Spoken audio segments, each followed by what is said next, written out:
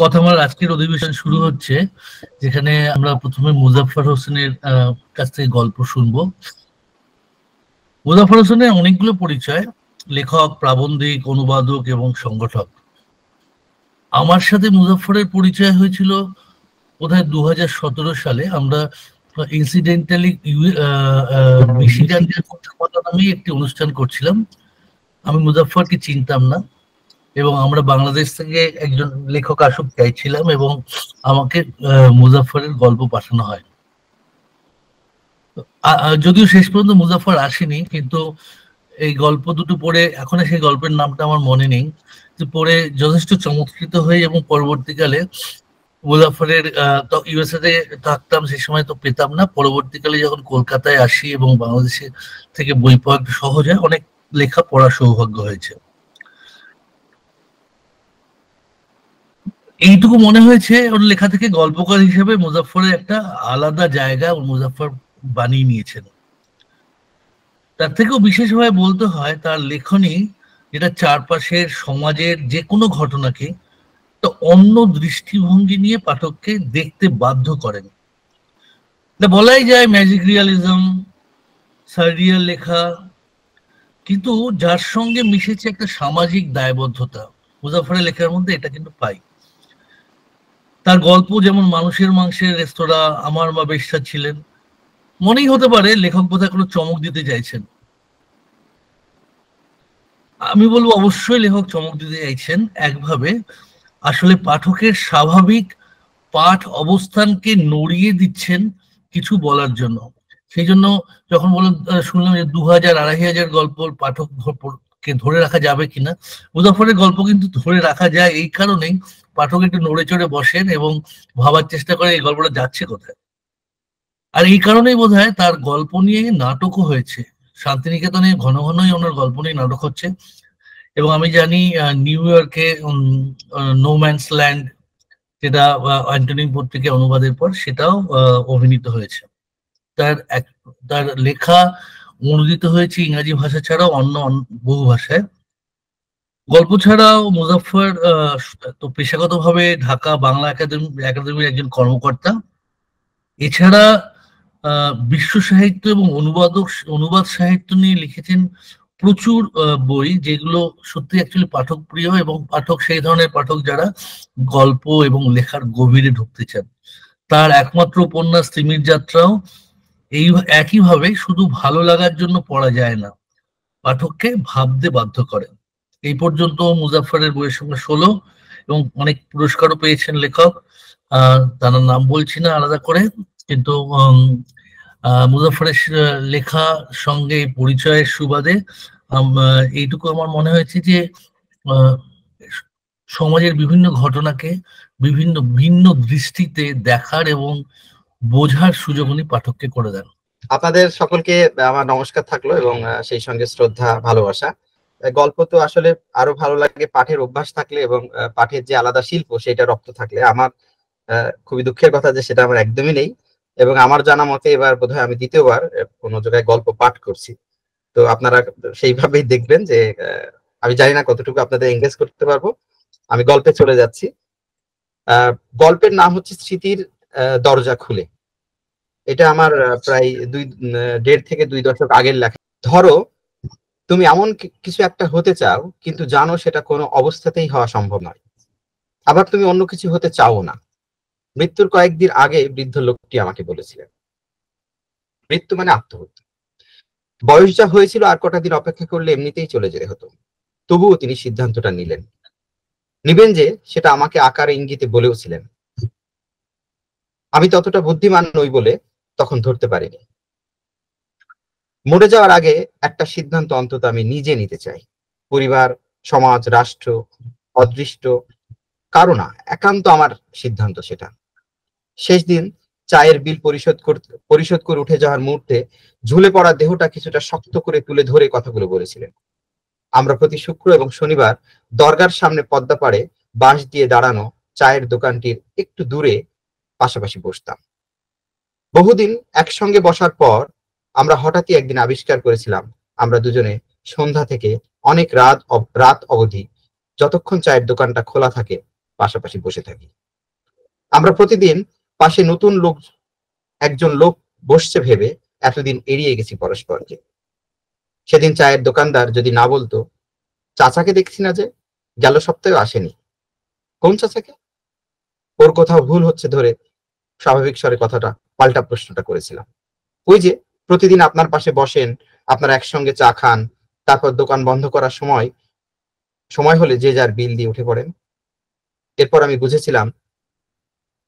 বুঝে নিয়েছিলাম। পরদিন যখন উনি আমার পাশে এসে বসলেন, প্রথম কথাটা আমিই বলেছিলাম। জানি না কয় মাস আমাদের পাশাপাশি বসে থাকার পর সেদিন কথা হলো। আপনার কি শরীর খারাপ ছিল? আমি ছোট্ট করে জিজ্ঞাসা করেছিলাম। কি জানি, এইটুকু বলে আর না আসার কারণটি বললেন না। আমারও আগ্রহ বিশেষ ছিল না। অনেকক্ষণ দুজনার মতো বসে থাকার পর আমি ফের এক বাক্যে জিজ্ঞেস করেছিলাম, আপনি কি রোজ এখানে এসে বসেন? নদীর পাশে বসতে আমার ভালো লাগে। নদীর দিকে দৃষ্টি চুবিয়ে এরকমই কিছু একটা বললেন। শব্দগুলো মুখে জড়িয়ে এমন ভাবে বের হলো, আমি সবটা বুঝতে পারলাম না। আমি শুক্র এবং শনিবার আসি, বছর 4 থেকে। খুব না কাজ পড়লে মিস করি না, বললাম আমি। ও, কিছুক্ষণ মুখ নড়িয়ে নড়িয়ে এইটুকু শব্দ বের করতে পারলেন। এরপর থেকে প্রায় প্রতিদিনই আমাদের একটি দুটি বাক্য বিনিময় হতো। আমি লিখি, নদী আমাকে অনুপ্রেরণা দেয়। ঠিক দেয় না, আদায় করেনি বলতে পারেন। ছোটবেলায় ডোবা দেখে দেখে বড় হয়েছে কিনা, এখান থেকে ওঠার সময়, যাওয়ার পর বাসায় গিয়ে রবীন্দ্রনাথ কিংবা রবিশঙ্কর, এইটুকু না করলে বাকি দিনগুলো এক কলমে লিখতে পারি না। এটা এখন বদভ্যাস হয়ে গেছে। এক শুক্রবার যে কথাগুলো বললাম আমি। লেখালেখি যা করি তেমন বলার মতো না, একটা কিছু জুৎসয় বলতে হয় তাই বলা। আমি চাচ্ছিলাম ওনার বসে থাকার কারণটা জানতে। উনি সেদিন আর কিছু বললেন না। আমার কথাটা শুনে একবার ঘাড় ঘুরিয়ে আমাকে দেখে নিলেন মাত্র। পরদিন শনিবার উত্তরটা দিলেন, বললেন, এমনিতেই বসি। কিছুক্ষণ থেমে ফের বললেন, এখানে নদীটা খুব স্থির। আর কিছু বলেননি। আমিও স্বাধীনী, একা একা চুপচাপ বসে থাকার জন্য এখানে আসা। বেশি আলাপে জড়িয়ে মূল কারণ থেকে বিচ্যুত হতে চাইনি। তবে টুকটাক কথা আমাদের মধ্যে রোজই হতো। একদিন উনি বললেন, এখানে সবসময় আলো থাকে, অন্ধকার আমার সহ্য হয় না। আমিও কি একই কারণে বসি? মনে মনে ভাবি তখন। এখানে বেকার মনে ভাবনাটা খুব আসে। এত দ্রুত সব ভাবা যায় যে প্রায়ই ভাবনা ফুরিয়ে গেলে শূন্য মনে বসে থাকতে হয়। এতদিন পর আমি নদীর পাড়ে ঠিক এখানেই বসি কেন, সেই কারণটা ভাবার চেষ্টা করি। হতে পারে এখানে চায়ে চিনিটা পরিমাণ মতো হয়। এই শহরে আর কোথাও এমন মাপের চিনি চা খেয়েছি বলে মনে পড়ে না। কিংবা যে বটগাছটার নিচে আমরা বসি, তার সঙ্গে আমাদের গায়ের বাড়ির সামনের চৌরাস্তার মোড়ের সেই বটগাছটির সঙ্গে কোনো সম্পর্ক থাকতে পারে। এরপর অলস মনে সেই সম্পর্কটা দাঁড় করাতে চেষ্টা করি। বাবা ব্যবসার কাজে গঞ্জের বাজারে চলে গেলে আমি একা একা ওই বটগাছের নিচে পাতা বাঁশের চৌকির মতো বড় মাচার এক কোণে শুয়ে থাকতাম। বাড়িতে থাকলে এটা সেটা কারণ খাড়া করে সৎ মায়ের অত্যাচার, হয় চুল টেনে ধরা, নয় চুলার পাশে জড়ো করা খড়িগুলো একটার পর একটা আমার পিঠে ভাঙা। বাবা একদিন টের পেয়েই কিনা জানি না, মজ্জেল চাচাকে বলেছিলেন, ওর মাথাটা কদম সার দিয়ে দিস তো। আমি রাজি হইনি, কারণ চুল ধরলে তুলনামূলক ব্যথা কম লাগে। যেদিন হাতের কাছে বাঁশের কঞ্চি কিংবা বাবলার চিকন চিমড়া ডাল পড়ে যায়, সেদিন আর রক্ষা নেই।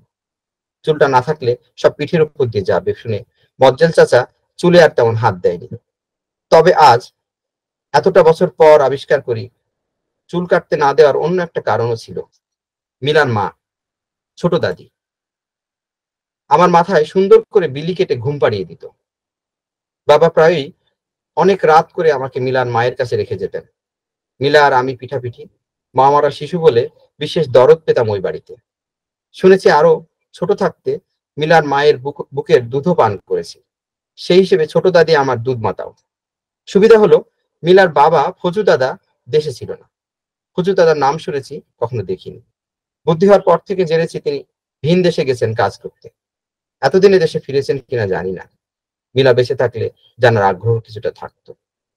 মাঝে মধ্যে বাবা আমাকে রাখতে গিয়ে আমাকে আর মিলাকে ঘরের ভিতর রেখে কয়েক মিনিটের জন্য ছোট দাদিকে নিয়ে বাইরে চলে যেত। পেছনে গরুর বিচালি কাটার অন্ধকার ঘর থেকে কুচ্চা মুরগির মতো ঘোত ঘোত শব্দ আসতো কিছুক্ষণের মধ্যে। মিলার মায়ের চাপা চিৎকার। মিলা আর আমি একদিন ওদের পেছনে পেছনে গিয়ে দেখেছিলাম। ঘরে এসে মিলা বলল, খুব মজা, খেলবি নাকি একবার? এরপর আমরা আর কথা বলিনি। দুজনে নগ্ন হয়ে ভয়ে শিহরণে কিছুক্ষণ জড়াজড়ি করে ঘুমিয়ে পড়েছিলাম। এর কয়েক এর কয়েকদিন পরই ঘটনাটি ঘটলো। ওই দিন আমাদের দুজনের নগ্ন হয়ে শুয়ে থাকার দৃশ্যটি দেখে ফেলে ছোট দাদি। বাবাও ছিলেন সঙ্গে। ওই ঘটনার পর থেকে রাতে আর ও বাড়ি যাওয়া হতো না আমার। বাবা আর সৎ মায়ের ঘরের বাইরে বারান্দাতে শুতাম। সেদিন রাতে ঘুম ভাঙলো ওদের চাপা বাহাসে। কই উঠা কাপড়টা, বাবা বললেন। আর শরীরটা ভালো নেই, না করলে হয় না, সৎ মায়ের উত্তর। সামান্যতেই রেগে যাওয়া রগচটা বাবার অভ্যেস। বুঝতে পারলাম উনি উঠে গিয়ে হুড়কোটা হাতে নিয়েছেন। এটা দেবো নাকি ঢুকিয়ে, অসুস্থ মারাবার টাইম পাস না, বলে পিঠে দুবারই কষিয়ে দরজা খুলে বের হয়ে গেলেন শটান। প্রাচীর চোখকে শর্টকাটে মিলাতে বাড়ির দিকে। সৎমা অকারণে উঠে এসে আমাকে লাথাতে লাগলেন। ওঠ হারামজাদা, দূর হ আমার চোখের চুমুক থেকে। আমাকে দেখলেই নিঃসন্তান সৎমায়ের নিজের অক্ষমতার কথা মনে পড়ে। আরো বেশি চড়াও হন তখন। আমি উঠে গিয়ে উঠোনে ছাগল ঘরের বাইরে মুনিশের জন্য পাতা মাচা ঘরে গিয়ে বসলাম। ঘন্টা দুয়েক পরে সম্ভবত। বাবা প্রাচীর টপকে ভেতরে এলেন। টিউবওয়েলে হাত পা ধুয়ে ঘরের ভেতর থেকে কিছু একটা কাঁধে নিয়ে বেরিয়ে গেলেন। সকালে সেই বটগাছটার নিচের মাচান থেকে উদ্ধার করা হলো মিলার রক্তাক্ত শরীর, মৃত। বাবা নিরুদ্দেশ। আমার আর সৎমার সংসারে থাকা হলো না। মামাবাড়ি হাই স্কুলে ভর্তি হলাম। এরপর গায়ে একবারই গেছি। ছোট দাদির মাথা নষ্ট হয়ে গেছে শুনে দেখতে। মায়ের মৃত্যুর সত্য কারণটা সেবারই জানা হলো, সঙ্গে মিলার অন্য একটা পরিচয়ের কথাও। মাথাটা নষ্ট হওয়ার পর থেকে ছোট দাদি এসব উল্টাপাল্টা বকছে বলে অন্যরা আমাকে বুঝ দিল সেই বটগাছটার নিচে আর মাচানটা ছিল না, ভেঙে ফেলা হয়েছিল। রাতে ওখানে মিলার ভূত এসে নাকি ভয় দেখাতো লোকজনকে। আমার একবার ইচ্ছে হয়েছিল রাতটা কাটাতে, পারিনি। ভূতে বিশ্বাস আমার ছিল না কোনোদিনই। আজ মনে হয় ভয়ে। আমি ওই সত্যটা জানার পর ভয় পেয়েছিলাম মিলাকেও। সেই নগ্ন হয়ে আমাদের জড়াজড়ি করে শুয়ে থাকার কারণে নয়, ভয় পেয়েছিলাম অন্য কারণে। কারণটা কোনো একদিন হয়তো জেনে যাব। হয়তো কোনো একদিন কোনো এক বটগাছের নিচে মিলা হঠাৎ করে নেমে এসে আমাকে বলে যাবে কারণটা। কিংবা কোনোদিন জানা হবে না। পাশের সঙ্গীটি চুপ করে বসে থাকার কারণে এভাবে আগের পরের অনেক কিছু ভাবতে পারি। আমাদের নদীটা ঠিক এরকমই ছিল, বৃদ্ধ লোকটি বললেন। উঠোনটা বিস্তৃত হতে হতে আরো প্রসারিত হয়ে মিশে গিয়েছিল নদীতে। শুনেছি নদীতে বাসন মাজতে মাজতে মা জন্ম দেয় আমাকে। কোন নদী, একবার প্রশ্ন করতে গিয়েছিলাম, কিন্তু আপন মনে কথা বলছেন দেখে আর বাধা দিইনি। মাছের আড়ত ছিল বাবার, বড় কারবার। 46-এ বিহারের দাঙ্গায় ওরা এক অন্ধকার রাতে বাড়িতে ঢুকে বাবাকে চাপাতি দিয়ে ফোড় করে কষির স্রোতের মুখে ফেলে দিয়েছিল। নদীর জলে ছেলের শরীরের গন্ধ নিতে নিতে দাদি নিজেও একদিন ভেসে গেল। এরপর কি চলে আসেন এপারে, আমি প্রশ্নটা করি। কিছু বললেন? বাতাসটা দম ধরে আছে, ঝড় উঠতে পারে, উঠবেন নাকি, বলে বৃদ্ধ লোকটি বাঁশের বেঞ্চ থেকে শরীরটা খুব কষ্ট করে তুলে আমার জবাবের অপেক্ষা না করে বা পাটা টেনে টেনে হাঁটা দেন নদীর ধার ঘেঁষে। ওদিক থেকে আসেন রোজ। গত রাতের ঝড়ে বটগাছটার একটা ডাল ভেঙে গেছে, খুস্কো খুস্কো অবস্থা গোটা গাছ জুড়ে। একবার মিলার ধুলো ঝড়ের পাল্লায় পড়ে কাঁধ অবধি ঝুলে থাকা চুলগুলো এভাবে জট পাকিয়ে বৃষ্টি অবস্থা হয়েছিল। পুকুরে পা চুবিয়ে সেই জট ছাড়াতে পারছিল না কিছুতেই। আমি সাহায্য করার নাম করে এক মুঠো চোর কাটা সেটে দিয়েছিলাম ওর চুলে। মিলা সে কি কান্না শুনে ছোট দাদি ছুটে এসে চুলের ওই অবস্থা দেখে পিঠের উপর দিলেন ধুমাধুম। কান্নার উপর কান্না। ও কান্না দেখে কেন যে বোকার মতো হেসেছিলাম সেদিন, আজ আর মনে করতে পারি না। বৃদ্ধ লোকটি আমার আগেই এসেছেন, চায়ের দোকানটি খোলেনি। ঝড়ে চালাটা উড়ে গেছে, ঠিক করতে আরো 2-1 দিন লাগতে পারে। চায়ের নেশা দুজনকেই পেয়ে বসে। হাঁটবেন নাকি, বৃদ্ধ লোকটি বলেন। আমি ওনার একটা পাঁজর ধরে উঠতে সাহায্য করি। আমরা হাঁটতে থাকি নদী ধরে। কিন্তু বিহারের দাঙ্গায় তো অনেক মুসলমান পাকিস্তানে চলে গিয়েছিল, আপনি এদিকে এলেন যে? ভাষাও ছিল উর্দু, আপনি পরিষ্কার বাংলা বলেন, আমি প্রশ্ন করি। মা ছিল বাঙালি, কুষ্টিয়ার মেয়ে। বাবা মোহিনী মিলে কিছুদিন কাজ করেন, তখনই পছন্দ করে বিয়ে করেন। বাবার মৃত্যুর খবর শুনে ছোট মামা গিয়ে নিয়ে এসেছিলেন আমাদের। কাছে কিনারে চায়ের দোকান নেই, আমরা হাঁটতে থাকি। বৃদ্ধের একটা হাত কখন ধরেছে খেয়াল নেই। হাঁটতে হাঁটতে আমার বাবার কথা মনে পড়ে, যে বাবা একদিন রাতের অন্ধকারে মায়ের মুখে বালিশ চাপা দিয়ে ঘরের আড়ার সাথে পরনের শাড়িটা পেঁচিয়ে টাঙিয়ে দিয়েছিল, সেই জন্মদাতা বাবাকে নয়। আমার মায়ের অপরাধ ছিল মিলার আসল পিতৃ পরিচয় জেনে দেওয়া। সম্পর্কে মিলার মা আমার বাবার আপন ছোট চাচি, তারা চাননি বিষয়টি জানাজানি হোক। হুজু চাচা তখন ইটালিতে বা ইটালির পথে। শেষ ফোন এসেছিল লিবিয়ার সমুদ্র পাড়ি দেওয়ার আগে। এরপর আর কোনো খোঁজ নেই। যে পিতৃপুরুষের হাতে ধর্ষণ এবং হত্যার শিকার হয়েছে মিলা, সেই রক্ত মাংসের বাবাকে নয়। আমি ভাবি বাবা নামক বায়বীয় এক সত্তার কথা, আজন্ম বঞ্চিত এক অনুভূতির কথা। কশিতে ভেসে গেল বাবা, পদ্মায় মা, জীবন্ত কিংবা মৃত। বিহারের দাঙ্গাতে খুব কষ্ট করে মা বেঁচে এসেছিলেন। ৭১ আরো এক অন্ধকার রাতে বৃদ্ধ মাকে নির্যাতন করে পাকিস্তানি বর্বর সেনারা নদীতে ফেলে দিল। হাত পা বেঁধে আমার বা পায়ে একটা গুলি করে চলে গেল। আমি চিৎকার করেছিলাম যেন গুলিটা আমার মাথায় মারে। আরো একটা গুলির জন্য আমি চিৎকার করেছি, ওরা শোনেন। বৃদ্ধ লোকটি হাঁপাতে হাঁপাতে বলেন, আপনার বিশ্রামের দরকার, আমরা বসি এখানে। আমি জিজ্ঞাসা করি, হাতটা আরো শক্ত করে ধরে। রাত ঘন হতে হতে আরো জমাট বাঁধতে শুরু করেছে। আমরা চা খোঁজার কথা কখন যেন ভুলে গেছি। আমাকে একটু আলোতে নেবেন, অন্ধকার আমি সহ্য করতে পারি না, বৃদ্ধ বলেন। আমরা আরো খানিকটা আলোর খোঁজে হাঁটতে থাকি। আপনি কি এমন হতে চেয়েছিলেন যেটা হওয়া সম্ভব নয় কখনো? আমি জিজ্ঞাসা করি। কই, কিছু তো হতে চাইনি, শুধু কিছু না হতে হতে অতীতে ফিরে যেতে চেয়েছি। আমি বেঁচে থেকেছি ইতিহাসের সেই সন্ধিক্ষণে ফিরে যাব বলে, জড়ানো কণ্ঠে বলেন তিনি। তাতে লাভ কি? ইতিহাসের বাঁক বদলে আপনার তো কোনো হাত ছিল না। আপনি ফিরে গেলেও ইতিহাসে যা লেখা তার একটু নড়চড় হতো না। সেটা তো সমষ্টির ইতিহাস, ব্যক্তির ইতিহাস বলেও একটা বিষয় আছে। আমি পারতাম সেই সন্ধিক্ষণে নিজেকে থামিয়ে দিতে। বাঁচার স্বপ্ন এটে এতটা পথ ছুটে কি লাভ হলো? আরো স্পষ্ট করে বলেন তিনি, যেন নিজেকেই নিজে বলছেন। কিছু কিছু ক্ষেত্রে বেঁচে থাকাটা কোনো সমাধান নয়, কিন্তু তার জন্য আপনাকে বুঝতে হবে কখন নিজেকে থামাতে হবে, যোগ করেন তিনি। পথ অনেক সময় নিজের চলা তৈরি করতেই ছুটিয়ে নেয় আমাদের। পথিক কি আর সবসময় মনের দিশায় চলতে পারে? আমি তো স্থিরই ছিলাম নিজের স্থানে। ভালো করে চোখ খুলে দেখি কতদূর ছিটকে এসেছে অতীত থেকে, মনে মনে ভাবি। পরের সপ্তাহে চায়ের দোকানটা খুলেছিল। বৃদ্ধ লোকটি খোঁড়াতে খোঁড়াতে যখন এলেন, তখন দরগার মসজিদে মাগরিবের আজান হচ্ছিল। আমি হাত ধরে বসালাম, শরীরটা কাঁপছিল টের পেলাম। আপনার বিশ্রামের দরকার, আজ না এলেও পারতেন, বললাম। এরপর আমরা দীর্ঘক্ষণ শিল্পীর আঁকা পাড় ভাঙা নদী এবং দুজন সর্বশান্ত মানুষের দৃশ্যপট হয়ে চুপচাপ বসে থাকি। কয়েকবার চা আসে কিংবা আসে না, আসলেও আমরা মুখে তুলি কিংবা তুলি না। আমরা হালকা বাতাসে নদীর পানি সরে যাওয়ার কম্পন, বটগাছের পাতাগুলোর একটির সাথে আরেকটির ছোঁয়া লাগার মুহূর্তের অনুরণন, দরগার ভেতর থেকে জিকিরের আওয়াজ, চায়ের দোকানের ওপাশ থেকে কয়েকজন মাঝবয়সী লোকের সংসারী আলাপ, দূরে কারো বেসুরাবাসী, পেছনে রিক্সা চালকের বেহিসেবি কথাবার্তা।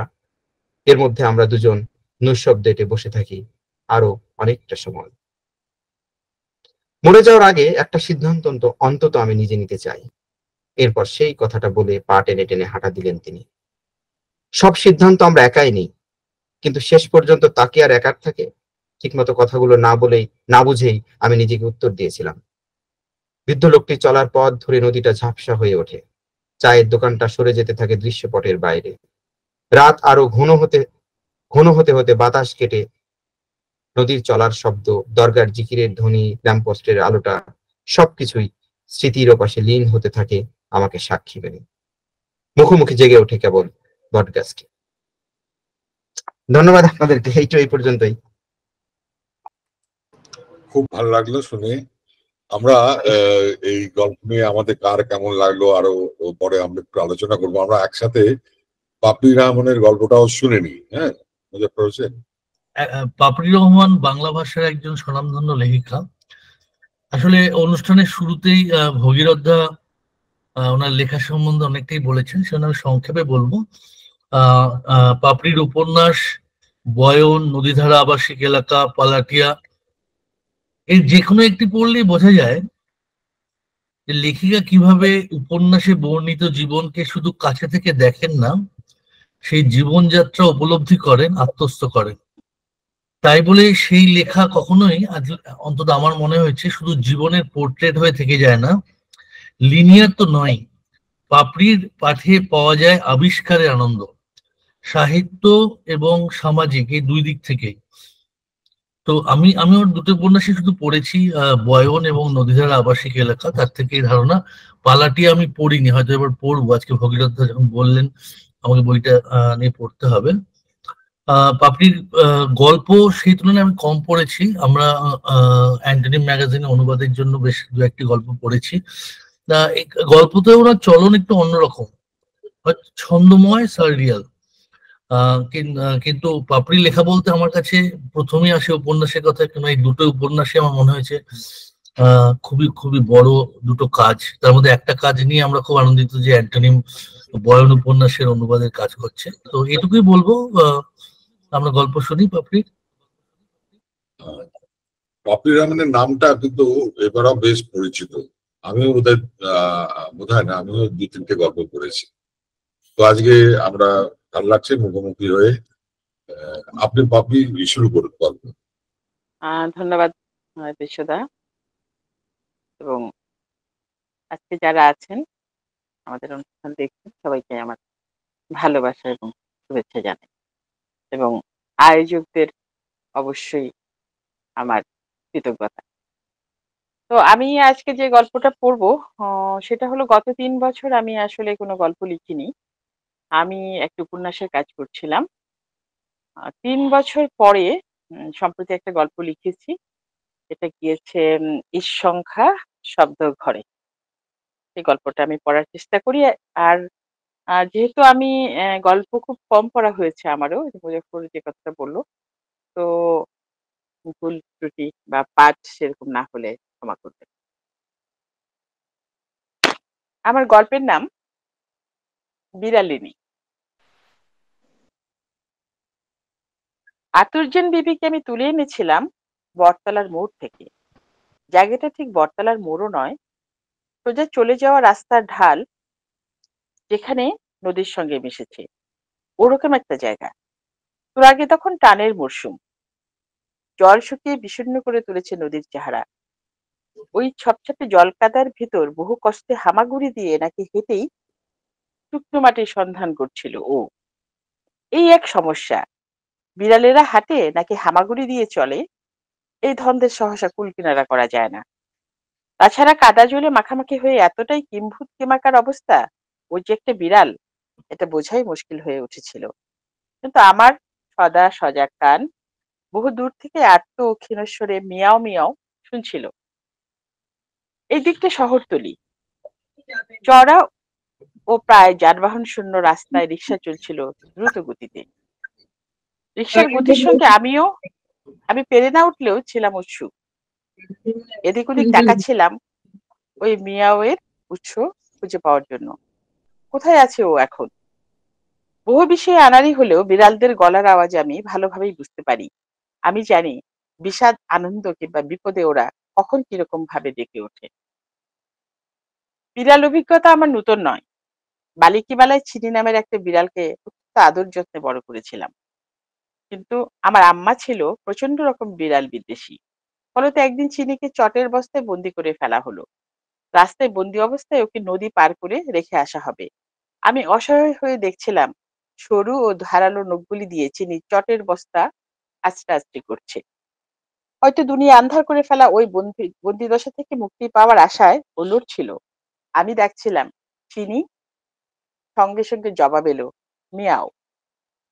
আমার চোখ জলে ভিজে উঠছিল। আমার মনে হচ্ছিল এই মিয়াও পৃথিবীর করুণতম শব্দ। কিন্তু আমার কিছুই করার ছিল না। আম্মার নিষ্ঠুরতা থেকে আমি চিনিকে উদ্ধার করতে পারলাম না। অথচ বস্তাবন্দি হয়েও চিনি অনবরত মিয়াও মিয়াও করে যাচ্ছিল। আমি ভাবলাম, এই চিনি যদি বেড়াল না হয়ে বাঘ হতো, তাহলে আম্মাই হয়তো বস্তা গায়ে দিয়ে পালিয়ে বাঁচত। ওই দিন থেকে আমি জানি আমার ক্ষমতা কি বা কতটুকু। বিড়ালের মতো ছোট্ট একটা প্রাণীকে উদ্ধার করার সামর্থ্য আমার নাই। আমি আর কিসের জোরে লড়তে পারবো? চলন্ত রিকশা বসে আমি উসখুস করছিলাম। মিয়াও যত সন্নিকট হচ্ছিল, আমি ততই উত্তেজনা বোধ করছিলাম। আমার পাশে বসা এ ক্লাস জোরে ধমক দিয়ে বলল, এমন করতেছো কেন? ওইরা যাইবা তো। আমি প্রায় পড়তে পড়তে রিক্সায় সিট ধরে নিজেকে সামলে নিলাম, যেন আদতেই পড়ে যাওয়ার মতো কোনো ঘটনাই ঘটে নাই। সেই রকম ভালো মানুষের চেহারা বানিয়ে বললাম, আরে না, পড়বো কেন? শুনতে পাইতেছো না একটা বিড়ালের বাচ্চা আকুল হয়ে কাঁদতেছে? কাঁদতেছে না ডাকতেছে, তুমি সেটা কেমনে বুঝতেছো?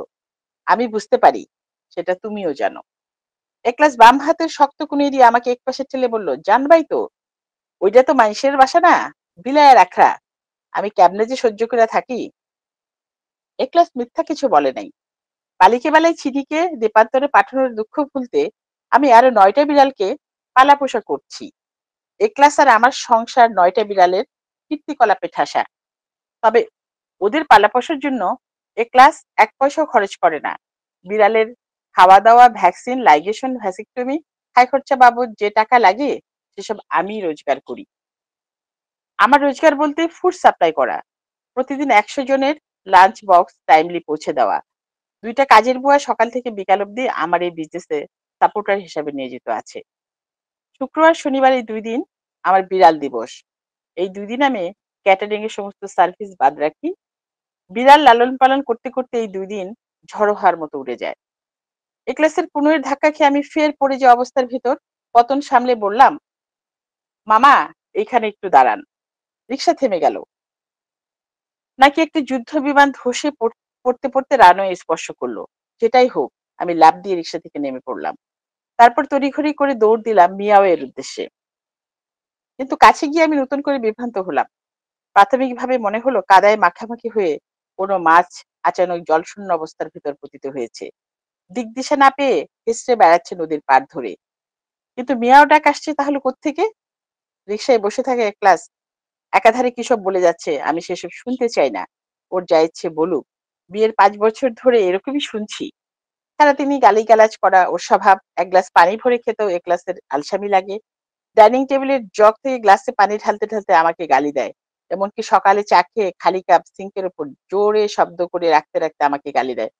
কেন ও গালাগালি করে? আমার কি দোষ? আমি সেসবের আগামাথা খুঁজে পাই না। কখনো মনে হয় আমাদের কোনো সন্তান হয় নাই বলেই হয়তো ও গালাগালি করে, কিংবা জগ থেকে গ্লাসে পানি ঢেলে খাওয়ার পরিশ্রমটুকুর জন্য এ ক্লাস আমাকে গালি দেয়। গালাগালির সঠিক কারণ খুঁজে না পেলেও আমি জানি এ ক্লাস অত্যন্ত অলস প্রকৃতির পুরুষ। সারাদিন শুয়ে বসে সিনেমা দেখে কাটাতে পারলেই সে প্রফুল্ল থাকে। যে প্রাণীটিকে আমি হেসড়ে বেড়ানো মাছ বলে বিভ্রমে ছিলাম, ও আদতে একটা বিড়াল ছানা। আমাকে দেখা মাত্রই ওর মিয়াও মিয়াও আরো উচ্চকণ্ঠ হলো।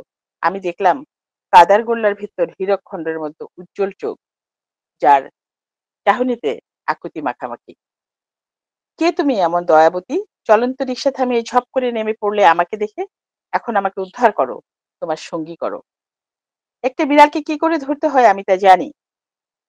ঘাড়ের উপরে চামড়াটা 2 আঙ্গুল দিয়ে আলতো করে ধরে 2 কদম এগিয়ে গেলাম। প্রায় মরমরে নদীর জলে ওকে ভালো রকম চুবিয়ে নিলাম। কাদামাটির প্রলেপ ভিগে বিড়ালের আসল রং প্রস্ফুটিত হলো। ভিজে চুপচুপে হয়ে ভেতরের গোলাপি ত্বক দেখা যাচ্ছে। জমাট হয়ে থাকা লোমগুলি দেখে আমি বুঝতে পারলাম ও একটা সোনালী রঙের বিড়াল। আরো বাড়তিনিক জলে চুবিয়ে ওকে ওড়নায় পেঁচিয়ে ঢাল বেয়ে উপরে উঠে এলাম। রিক্সায় চড়তে এ ক্লাস থেকে উঠলো।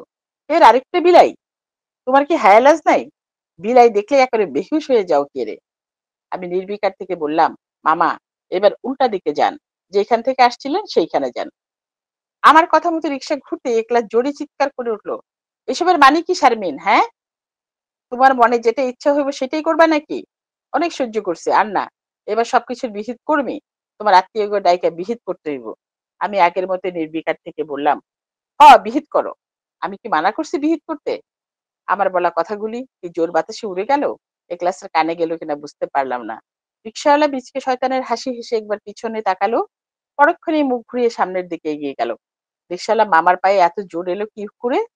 এত জোরে প্যাডেল মারছে, এত জোরে প্যাডেল মারছে সে, মনে হচ্ছে আমরা উড়ে যাচ্ছি। রাস্তার 2 পারের ঘন সবুজ আর নদীর গন্ধের ভিতর দিয়ে আমরা তীর বেগে উড়ে যাচ্ছি। পর্ব 2। বাসায় ঢুকে আমি বিড়াল ছানাটিকে নিয়েই পড়লাম। বিড়ালদের গোসল করানোর জন্য আমি আলাদা করে বাচ্চাদের বাথটাব কিনেছিলাম। ওই বাথটাব জলে পূর্ণ করে বডি ওয়াশ গুলিয়ে নিলাম। ভালো মতন জল ফেনায়িত হলে ছানাটাকে ওতে ফেলে নরম ব্রাশ দিয়ে ঘষে গোসল করিয়ে দিলাম। নরম টাইল দিয়ে চেপে চেপে মুছে দিতেই ওর সোনালি লোম চকচক করে উঠল। আমার এত কারবারের ভেতর ও মিয়াও মিয়াও একবারের জন্য থামে নাই। ওর মিয়াও মিয়াও একবারের জন্য থামে নাই। মোছা শেষ করে ফ্লোর ম্যাটের উপর ছেড়ে দিলাম। ও নিচ থেকে ২-৪ বার গা ঝাড়া দিল। হয়তো আড়মোড়া ভাঙলো। মিয়াও ডাক বন্ধ করে আমার দিকে কৃতজ্ঞ দৃষ্টি নিয়ে তাকালো। লেজটা উঁচু করে বৃত্তাকারে ঘুরলো। আমি খেয়াল করলাম লাকনোর দামি আতরের মতো ওর গায়ের বরণ। বাথটাবে ঘষা মাজার সময় দেখছিলাম ও কন্যা শিশু। ওর নাম দিলাম আতুরজান বিবি। আতুরজান ও কন্যা শিশু এই দুটো বিষয়ই আমি একলাসের কাছে গোপন করে গেলাম। কি দরকার খামাখায় অন্যের গালাগালি শোনার? সরল বিশ্বাস নিয়ে কাউকে কিছু বললে কত যে ঠকতে হয় তা আমার মতো ভুক্তভোগী ছাড়া আর কে জানে। বিড়ালদের রাখার জন্য স্টোর রুমটাতে আমি আতুরজান বিবিকে নিয়ে এলাম। এই ঘরে আমার আরো ৫টা মর্দা ও ৪টা মাদি বিড়াল বসবাস করে। এরা নানা বয়সী। আতুরজান বিবির বয়সী সবচেয়ে কম হবে। আগন্তুক দেখে ওই ৯টা বিড়াল দেয়াল ঘেঁষে লাইন করে দাঁড়ালো। সরে নাক থেকে গন্ধ শুকতে লাগলো। হয়তো বোঝার চেষ্টা করলো নতুন প্রাণীটা ওদের জন্য খতরনাক কিনা। কম বয়সী বল্টু মিয়াকে দেখলাম সন্তর্পণে এগিয়ে এসে আতুরজানের নাকের উপর আলতো করে হাত ছুঁয়ে দিল। আতুরজান কিছুটা ভয় পেয়ে পিছু হটলো। বল্টু মিয়া লেজ খাড়া করে পেট দিয়ে ধাক্কা দিল আতুরজানকে। আমি নিশ্চিত হলাম আগন্তুকের সঙ্গে এদের আর মারামারির সম্ভাবনা নাই। ওই ৯ জন এসে আমার পায়ের কাছে ঘোরাঘুরি করতে লাগলো। এতক্ষণ বাদে আমার খেয়াল হলো সেই কোন দুপুরে আমি ওদের খাবার দিয়ে বেরিয়েছিলাম। এতক্ষণে ওরা সকলেই ক্ষুধার্ত। আমি কোলে তুলে নিলাম আতুরজান দিদিকে। মাথার উপর মমতার আঙুলে বিলি কেটে দিলাম। ও খুশি হয়ে চোখ বুজে ফেলল। আতুরজান বিবি এখন আমার উপর নির্ভর করতে শুরু করেছে। হয়তো ভাবতে পারছে ওর বিড়াল জীবনে আমি আর হানিকর নই। তুলার নারকেল ছোবড়া দিয়ে বানানো গদির উপর ঘুমন্ত আতুরজানকে শুয়ে দিলাম। নিঃশব্দে বের হয়ে এসে বাড়ি থেকে টেনে দিলাম দরজা। এখন আমার অনেক কাজ। ডিপ ফ্রিজ থেকে মাছ বের করে ডিফ্রস্ট করতে হবে। অতঃপর লবণ আর হলুদে সিদ্ধ করে ঠান্ডা করতে হবে। এরা বড়ই আদুরে প্রাণী। খাবার সামান্য গরম থাকলেও মুখে তুলবে না। আতুরজনকে খুঁজে পাওয়ার পর থেকে আমার মনটা ফুরফুরে হয়ে আছে। আজ মাছের পরিমাণ কিছুটা বাড়িয়ে দিতে হবে নতুন সদস্যের জন্য। আহারে, কতদিন যেন খেতে পায় না এই বাচ্চাটা। ফ্রিজ থেকে মাছ বের করে কলের তলায় রাখতেই চমকে উঠলাম। আমার পেছনে কিসের ছায়া? তাকিয়ে দেখি ছায়াটা কিছু নয়, একলাস দাঁড়িয়ে রয়েছে। আমার সমস্ত শরীর ভয়ে কেঁপে উঠলো। একলাসকে দেখলেই আজকাল আমার ভয় লাগে। কি এক অজানা আতঙ্ক আমাকে একেবারে আধমরা করে ফেলে। একলাসকে আমার হিংস্র কোনো প্রাণী বলে মনে হয়। যেন সে এক্ষুনি আমার উপর ঝাঁপিয়ে পড়ে নিজের জিঘাংসার চরিতার্থ করবে। আমি ভেবে পাই না এ কেমন দাম্পত্য। নিজের স্বামীকে হিংস্র কোনো প্রাণী বলে ভ্রম হয়। সঙ্গীর ভয়ে সারাক্ষণে ততস্থ থাকা এ কেমন জীবন? আর আমিই বা কেন এই জীবনকে আঁকড়ে ধরে পড়ে আছি? যাকে দেখে ভয় পাই তার সঙ্গেই কেন দিনরাত বসবাস করি, সেক্সুয়ালি মিলিত হই? মানুষের মতো রহস্যময় কোনো প্রাণী হয়তো এই পৃথিবীতে আর নাই। একলাস আমার মুখোমুখি দাঁড়িয়ে আছে। আতঙ্কে আমার হৃৎপিণ্ড দ্রুত থেকে দ্রুততর হয়ে উঠছে। কিন্তু একলাসের দৃষ্টি সিঙ্কের কলের দিকে। ঝর্ণাধারার মতো জল পড়ছে বরফ করে রাখা মাছের উপর। একলাস হয়তো এক্ষুনি বলে বসবে, কলটা খুলে থুইছো কেন? পানির বিল কত আসবে তাল নাই? বিলটা কি তোমার বাপে দেয়? ঠোঁট খোলার আগে আমার মৃত বাপ এসে পড়ে। আমি কিছু বললেই বলে ওঠে, তোর বাপেরটা খাই? তোর বাপে দিছে? তোর বাপেরে গিয়ে জিগায় আয়। আমি বুঝি না আমার মৃত বাবার প্রতি এত আক্রোশ কেন এই ক্লাসের। আমার বাবা যতদিন বেঁচে ছিল ততদিন ছিল আমার সুখের দিন। আমার পছন্দ বা অপছন্দ সবই বাবা মনে রাখতো। কিন্তু ২ দশক আগে মরে যাওয়া বাবার উপর এত রাগ কেন এই লোকের? আমি ভয় পেয়ে পিছনের দিকে সরে গিয়ে প্যাচ ঘুরিয়ে জলপতন বন্ধ করি। কিন্তু অদ্ভুত ব্যাপার, ওয়াসার বিলের কথা না বলে একলাস কিনা অন্য কথা বলে। যেটারে আনলা সেটা মর্দা না মাগি? বলেই অশ্লীল ভাবে বাম চোখ টিপে দেয়। মুখ ফুলিয়ে ফুফু শব্দ করে। এতে বিন্দু বিন্দু থুতু ছিটকে এসে আমার গায়ে পড়ে। যখন কোনো আদি বিষয় নিয়ে এক ক্লাস কথা বলে তখন এরকম একটা ভঙ্গি সে করে। আমার তখন ইচ্ছে করে ওর গালের উপর প্রচন্ড একটা থাপ্পড় বসিয়ে দিই। এখনো আমার সেরকম ইচ্ছে হয়, কিন্তু বরাবরের মতোই আমি স্ট্যাচু হয়ে দাঁড়িয়ে থাকি। খানিক বাদে কিচেন থেকে বের হয়ে যেতে যেতে বলি, একটা লোক এত নোংরা হয় কি করে? অবধ প্রাণীদের নিয়েও যে অশ্লীল ইঙ্গিত করে। আমার এই কথায় এ ক্লাসের আসল স্বভাব স্পষ্ট হয়। ও লাফ দিয়ে এসে আমার পথ রোধ করে দাঁড়ায়। নাক চোখ খিচিয়ে বলে, কল ছাইরা পানি ফেলতেছিস? বিলটা কি তোর বাপে দেয়? যত সব আজাইরা খরচ। কত মানুষ ভাত খাইতে পায় না, আর উনি কিনা বিলাই পালেন। কিছু কই না বলে মাথায় উঠে গেছস, কালকাই সব কয়টারে বাসার বাইরে তাড়ায় দিব। পর্ব ৩, এটাই শেষ পর্ব। আতরজান বিবিকে উদ্ধার করে বাসায় আনার পর থেকেই কি সব অদ্ভুতরে ঘটনা ঘটতে লাগলো। আমার পালাপোষা আর ৯টা বিড়ালের খিদা যেন ২ গুণ বেড়ে গেল। ওর ক্ষুধার জ্বালায় ওরা ক্ষুধার জ্বালায় আমাকে একেবারে জ্বালিয়ে মারতে লাগলো। ক্রমাগত মিয়াও মিয়াও ডেকে পাড়া সরগরম করে তুললো। বিড়ালদের খাবার কিনতে কিনতে আমার প্রায় ফতুর হওয়ার অবস্থা। ইদানিং শরীরেও কিছুটা গড়বড় ঘুরছে টের পাই।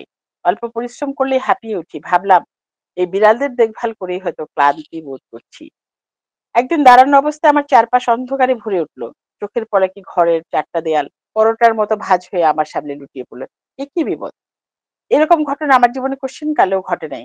সামান্য ধাতস্থ হতেই দেখলাম ঘরের দেয়াল যে যার জায়গাতে দাঁড়িয়ে রয়েছে। তাহলে ওরকম দৃশ্য দেখার অর্থ কি?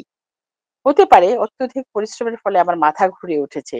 কয়েকদিন রেস্টে থাকলেই হয়তো এসব বিড়ম্বনা এড়ানো যাবে।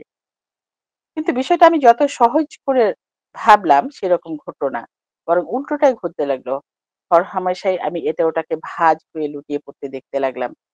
যেমন শোবার ঘরের কাবার্ড, খাট, ড্রেসিং টেবিল, এমনকি একদিন ড্রেসিং টেবিলের আয়না খুলে গিয়ে উপুর হয়ে পড়লো আমার সম্মুখে।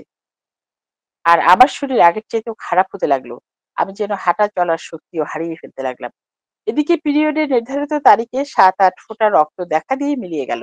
আমি বুঝতে পারলাম না শরীরের অভ্যন্তরে কি এমন রদবদল হলো।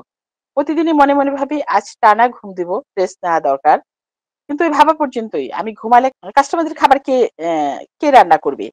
বিড়ালগুলো যেরকম হাবাতে হয়ে উঠেছে, একবেলা খেতে না পেলে হয়তো আমাকেই আক্রমণ করে বসতে পারে। ফলত আমি হাঁড়ি পাতিল ভাঁজ হয়ে দেওয়া দেখতে দেখতে রান্না করতে লাগলাম। রান্না করে ওয়ান টাইম বক্সে ভরে ঠিকানা মোতাবেক পৌঁছানোর ব্যবস্থা চলতে লাগলো। চোখের সামনে যখন তখন জিনিসপত্র ভাঁজ হয়ে যাওয়া দেখার সঙ্গে নতুন উপসর্গ যুক্ত হলো। আমার ২ স্তনে চাপ ধরা বেদনা। এমনকি কাজ করতে করতে নিজের হাতের স্পর্শ লাগলেও আমি ব্যথায় মরে যেতে লাগলাম। এদিকে ওই ৭-৮ ফোঁটা রক্ত ঝরার পর আমার পিরিয়ডের দেখা নাই। সেটাও প্রায় ৩ মাসের উপর। পাড়ার ফার্মেসিতে বসে কৃষ্ণ পামারি। সে এতদিনে আমার বেশ চেনা জানা হয়ে উঠেছে। জ্বর, মাথা ব্যথা, অ্যাসিডিটি হলে ওর ডাক্তারিতেই আমি চালিয়ে দিই।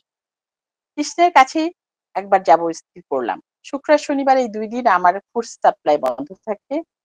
এই ২ দিন এই ক্লাসের ছুটির দিন। ও বাসায় থাকে। এই ক্লাসের দিবানিদ্রার সুযোগ নিয়ে কৃষ্ণের ফার্মেসিতে চলে গেলাম।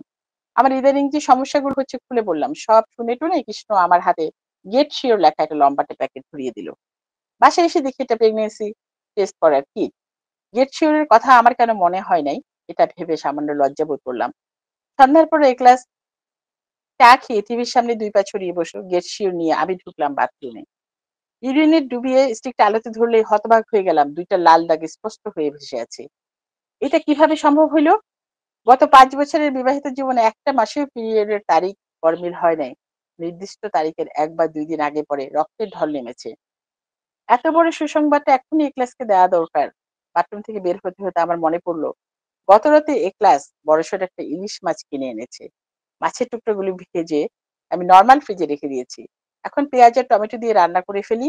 এ ক্লাস যখন রাতের খাবার খাবে, ইলিশের তেলতেলে টুকরোগুলো আনন্দ নিয়ে মুখে পড়লেই সুসংবাদটা জানাবো। ফ্রিজের দরজাটা খুলতে সেটা উপুড় হয়ে আমার সম্মুখে পড়ে গেল। আমি ভয় পেয়ে চোখ বুজে ফেললাম। ধীরে ধীরে চোখ খুলে দেখি শিরদাঁড়া সোজা করে ফ্রিজটা আগের জায়গাতেই দাঁড়িয়ে রয়েছে। ভেজে রাখা ইলিশ মাছের বাটিটা বের করে কিচেনে রাখলাম। তখন ১০টা বিড়াল একযোগে মিয়াও মিয়াও করে ডেকে উঠল। বিড়ালদের খাবার দেবার সময় হয়ে গেছে।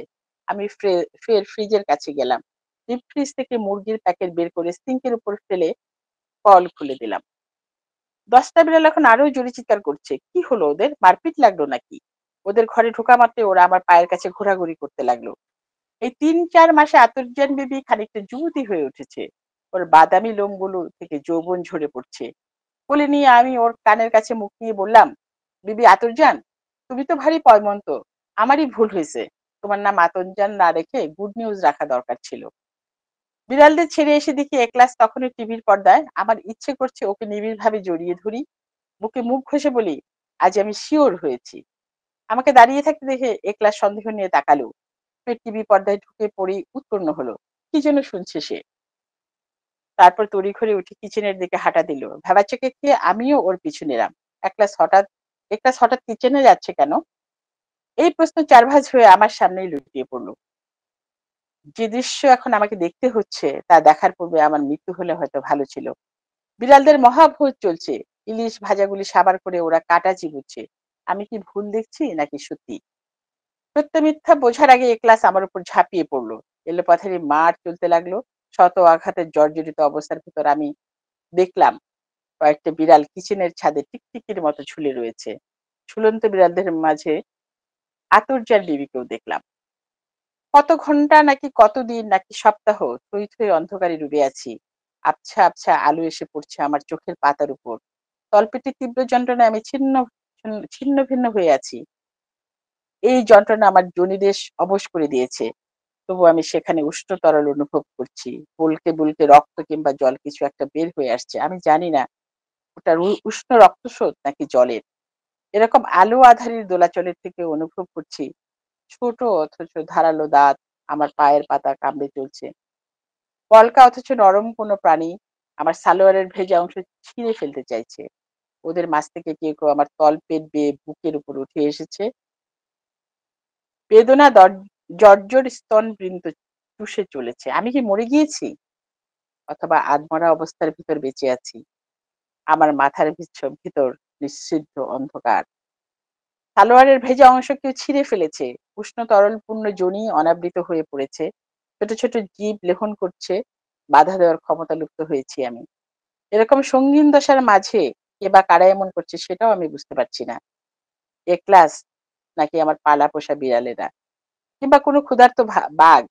হাড়গোড় চুরচুর হয়ে যাওয়া যন্ত্রণার ভিতর আমি কিছুই বুঝে উঠতে পারছি না। ধন্যবাদ। খুব ভালো লাগলো শুনে। আপনাকে সত্যি কৃতজ্ঞতা। আপনারা দুজনেই এসেছেন আমাদের গল্প শোনাতে, এবং দুটো গল্প খুব স্পষ্ট শোনা গেছে। কোনো অসুবিধা হয়নি। শুধু বোধহয় একটু নেটের কারণে একটু থেমে থেমে যাচ্ছিল, কিন্তু মানে কোনো শব্দ চেপে যায়নি, পরবর্তীতে আবার চলে এসেছে আমাদের কাছে। তো আমরা কয়েকজনের একটু কেমন লাগলো শুনে একটু মতামত নিই। হ্যাঁ, দেখি আমার যেমন লাগলো তারও তেমন লাগলো কিনা। অরিন্দম গোস্বামী আমাদের অফলাইনে গল্প নিয়ে খুব আলোচনা করেন। আমি বলবো, অরিন্দম, তুমি একটু দুটো গল্প নিয়ে একটু ছোট করে বলো। দুটো গল্প শুনলাম। প্রথমেই আমি কথামালাকে ধন্যবাদ দেব যে এই আয়োজনটি তারা না করলে এই আমাদের পাশের দেশের এই এত শক্তিশালী দুটো লেখা, এগুলো হয়তো আমাদের হাতে আসতে অনেক দেরি হতো, হয়তো অধরাই থেকে যেত। প্রথমেই মুজফ্ফর যে গল্পটি পড়েছেন স্মৃতির আঙিনা থেকে, একটা অদ্ভুত ধরনের গল্প। এই গল্পের মধ্যে যে স্মৃতি ভাবে যেটা ভেসে এসেছে, ওই চায়ের দোকানে বট গাছের তলায় এসে বসি, আমার সঙ্গে একজন বৃদ্ধ বসে, কিন্তু তার সঙ্গে পরিচয় হয় না। কখনো সেই বৃদ্ধের সঙ্গে পরিচয় হয়, কিন্তু তখন আমরা কাহিনীতে অনেকটা এগিয়ে গেছি। আমরা মিলাদের কথা জানতে পেরেছি, মিলাদের সঙ্গে ছোটবেলায় বেড়ে ওঠা, বাবা, সৎমা, নিজের মায়ের মৃত্যু, মিলাদের মাকে ছোট দাদি, যে কিনা আমার বাবারও ছোট কাকি, তার সঙ্গে বাবার সম্পর্ক, অদ্ভুত অদ্ভুত সমস্ত জটিলতা এই কাহিনীর আষ্টে পৃষ্ঠে রয়েছে। কত মৃত্যু, কত অত্যাচার এবং কত যৌন তৃষ্ণা এই গল্পের মধ্যে বিভিন্নভাবে পর্যায়ক্রমে পৌনঃপুনিক ভাবে আমরা দেখছি যে রয়েছে। এবং সবাই গল্পের মধ্যে আলোর খোঁজে, এই কথাটা আছে, আলোর খোঁজে যেন যাত্রা করছে, কিন্তু এত অন্ধকার চারপাশে, আলোর খোঁজে যেন যেতে পারছে না। ইতিহাসের বাঁক বদল, এই কথাটাও একবার গল্পের মধ্যে আছে, কিন্তু এই ইতিহাস এখানে যেটা বলা হয়েছে সেটা ব্যক্তিগত ইতিহাস। হ্যাঁ, পারিপার্শ্বিক ইতিহাসের কথাও আছে, বড় ইতিহাসের কথাও আছে, মুজফ্ফরপুর থেকে, বিহার থেকে আসা খানসেনা ইত্যাদির কথাও আছে, কিন্তু সেগুলো সব প্রেক্ষিত হিসাবে রয়েছে। এর মধ্যে যেটা রয়েছে সেটা হচ্ছে মানুষের বেঁচে থাকা, মানুষের জীবন যন্ত্রণা, মানুষের সেই জীবন যন্ত্রণাকে সহ্য করে ওপরে ওঠা, এবং স্মৃতি, এই স্মৃতির কথাটা বারবার এসেছে। এই গাছটাই থেকে যাবে, শুধু এই গল্পের শেষে আছে এই গাছটাই শুধু থেকে যাবে। এই স্মৃতিগুলোও আমরা জানি যে এর সঙ্গে সঙ্গে থেকে যাবে। আমরা হয়তো আহ, বদলে যাব, ওই বৃদ্ধ ভদ্রলোকের মতো টেনে টেনে পা টেনে টেনে হয়তো আমরা সময় কাটাবো। এই বৃদ্ধ ভদ্রলোক কি আমার বাবা হতে পারে, এরকম প্রশ্নও এসছে। এটা আমরা ভাবছিলাম যে কাহিনীর এরকম একটা এন্ডিং কি শেষকালে দেবেন, সেরকম স্পষ্ট দেননি উনি, এবং দেননি বলেই গল্পটা এত ভালো হয়েছে, যে অনেকটাই আমাদের ওপর ভেবে রাখার একটা সুযোগ উনি দিয়েছেন। এবং আহ, এইভাবেই একটা কাহিনী একটা বিশেষ অংশ থেকে, একটা কয়েকজনের জীবন কাহিনী থেকে একটা বৃহত্তর পরিসরে আরো আরো লোকজন, আরো মানুষজনের জীবন কাহিনীর দিকে অগ্রসর হয়েছে। খুব ভালো লেগেছে গল্পটি। আমরা দ্বিতীয় গল্প বলি। দ্বিতীয় গল্পতে পাপড়িদি যে গল্পটি বলেছেন এখানে, আহ, চিনি বেড়াল এদেরকে নিয়ে, এবং আরেকটি নতুন বেড়ালকে পাওয়া গেল যার নাম আতরজান। এই যে আমি আমার বেড়ালদের আমি খাওয়াই, এই আমি আমার বিড়ালদের খাওয়াই, এইখানের মধ্যে যে একটা স্বাধীনতার বিষয় আছে, যে আমি নিজের ক্যাটারিং এর কাজ করি, আমার লাঞ্চ বক্স আমি ফিল আপ করে সেগুলোকে আমি পাঠাই সপ্তাহে 5 দিন, 2 দিন আমি ছুটি নিই বিড়ালদের জন্য। এই বিড়ালদের জন্য 2 দিন ছুটি নেওয়া, এইটা যে বিড়ালের ওপরে তার যে অপত্য এবং যে আহ, অনুভব, তার উপর তিনি যেন বরাদ্দ করেছেন। এবং এইখানে এই লাঞ্চ বক্স যে দেওয়ার যে মধ্যে একজন মহিলার যে আত্মম্ভর হয়ে ওঠার, স্বাবলম্বী হয়ে ওঠার যে কাহিনী, সেটা এখানে একটু ফুটে উঠবার চেষ্টা করেছে। যদিও আমরা দেখি পরবর্তী ক্ষেত্রে যে ততখানি স্বাবলম্বীও তিনি নন, কেননা এই যে একলাস বলে যে তার স্বামী, তার স্বামীর হাতে তিনি প্রায়শই প্রহৃত হন। আমরা আগের গল্পতেও দেখেছি যে কিভাবে আহ, মহিলারা প্রহৃত হচ্ছেন। আমার বাবা মা, আমার আমার বিমাতাকে 2বার হুড়কোর বাড়ি মেরে তারপরে চলে যান আরেকজন মহিলার সঙ্গে সম্পর্ক স্থাপন করতে। হ্যাঁ, এবং সেখানে গিয়ে সেই ছোট বাচ্চাটির মৃত্যু, সে কি ভয়ঙ্কর একটা আমাদের পরিণতির দিকে নিয়ে যায়, ইঙ্গিত করে আমাদের। এখানেও আমরা দেখি কিন্তু মহিলা প্রহৃত হচ্ছেন। এবং তার যে জীবনের মধ্যে 5 বছর তার বিয়ে হয়েছে, 5 বছর বিয়ে, তার সন্তানাদি হয়নি। আগের গল্পেও দেখুন যে ওই বিমাতার কিন্তু সন্তানাদি হয়নি। তো এইরকম কাহিনী মিল আছে কিছু কিছু জায়গায়, কিছু কিছু সমস্যা, মানে সমস্যা চিরকালীন হয়ে দাঁড়াচ্ছে। এবং এইসব সমস্যার মুখে পড়ে মহিলাদের যে নিপীড়ন, সেটা এই 2 গল্পের মধ্যেই কিন্তু আমরা ফুটে উঠতে দেখতে পাচ্ছি। তো যাই হোক, এই গল্পের মধ্যেও আমরা দেখতে পাচ্ছি শেষকালে যে ভালো খবর, যেটা ভালো খবর বলে তার মনে হয়েছে, যেটা তার মনে হয়েছে একলাসের বুকে মুখ গুঁজে আমি ভালো খবরটা জানাই, তার আগে ইলিশ মাছটা ভালো করে রান্না করি। ইলিশ মাছ এবং এই 9খানা বিড়াল এবং আরেকখানা বিড়াল 10খানা, এই সব মিলে আমাদের মনে কিন্তু একটা আশঙ্কা তখনই তৈরি হয়ে যায় যে আমরা যেটা যেটা ভাবছি সেটা কি এরকম মধুরায়ণ সমাপয়েত হবে, নাকি এই বিশৃঙ্খলাটা এক্ষুনি ডেকে আনা হচ্ছে। যাই হোক, আহ গল্পের শুরুতে আছে যে একটা বিড়ালকেও আমি আমি এমন একটা সামর্থ্যহীন মানুষ যে কিনা একটা ছোট প্রাণীকেও বাঁচাতে পারি না। গল্পের একেবারে শেষে এই একটা যে উনি আহ নিজের মনের মধ্যে যে একটা ভাবনা, দেয়াল কুঁকড়ে যায়, দেয়াল বেঁকে যায়, ঝুলন্ত বেড়াল, উনি যে পরপর পরপর এরকম ম্যাজিক রিয়ালিজম দেখিয়েছেন, সেখানে উনি দেখাচ্ছেন যে একজন কেউ যেন এসেছে তার গায়ের কাছে। সেটা কি একলাস, নাকি বিড়াল, নাকি বাঘ? আমরা যেরকম যেরকম ভাবি সেরকম ভাবে গল্পের বিভিন্ন বিচিত্র অভিমুখ খুলে যায়।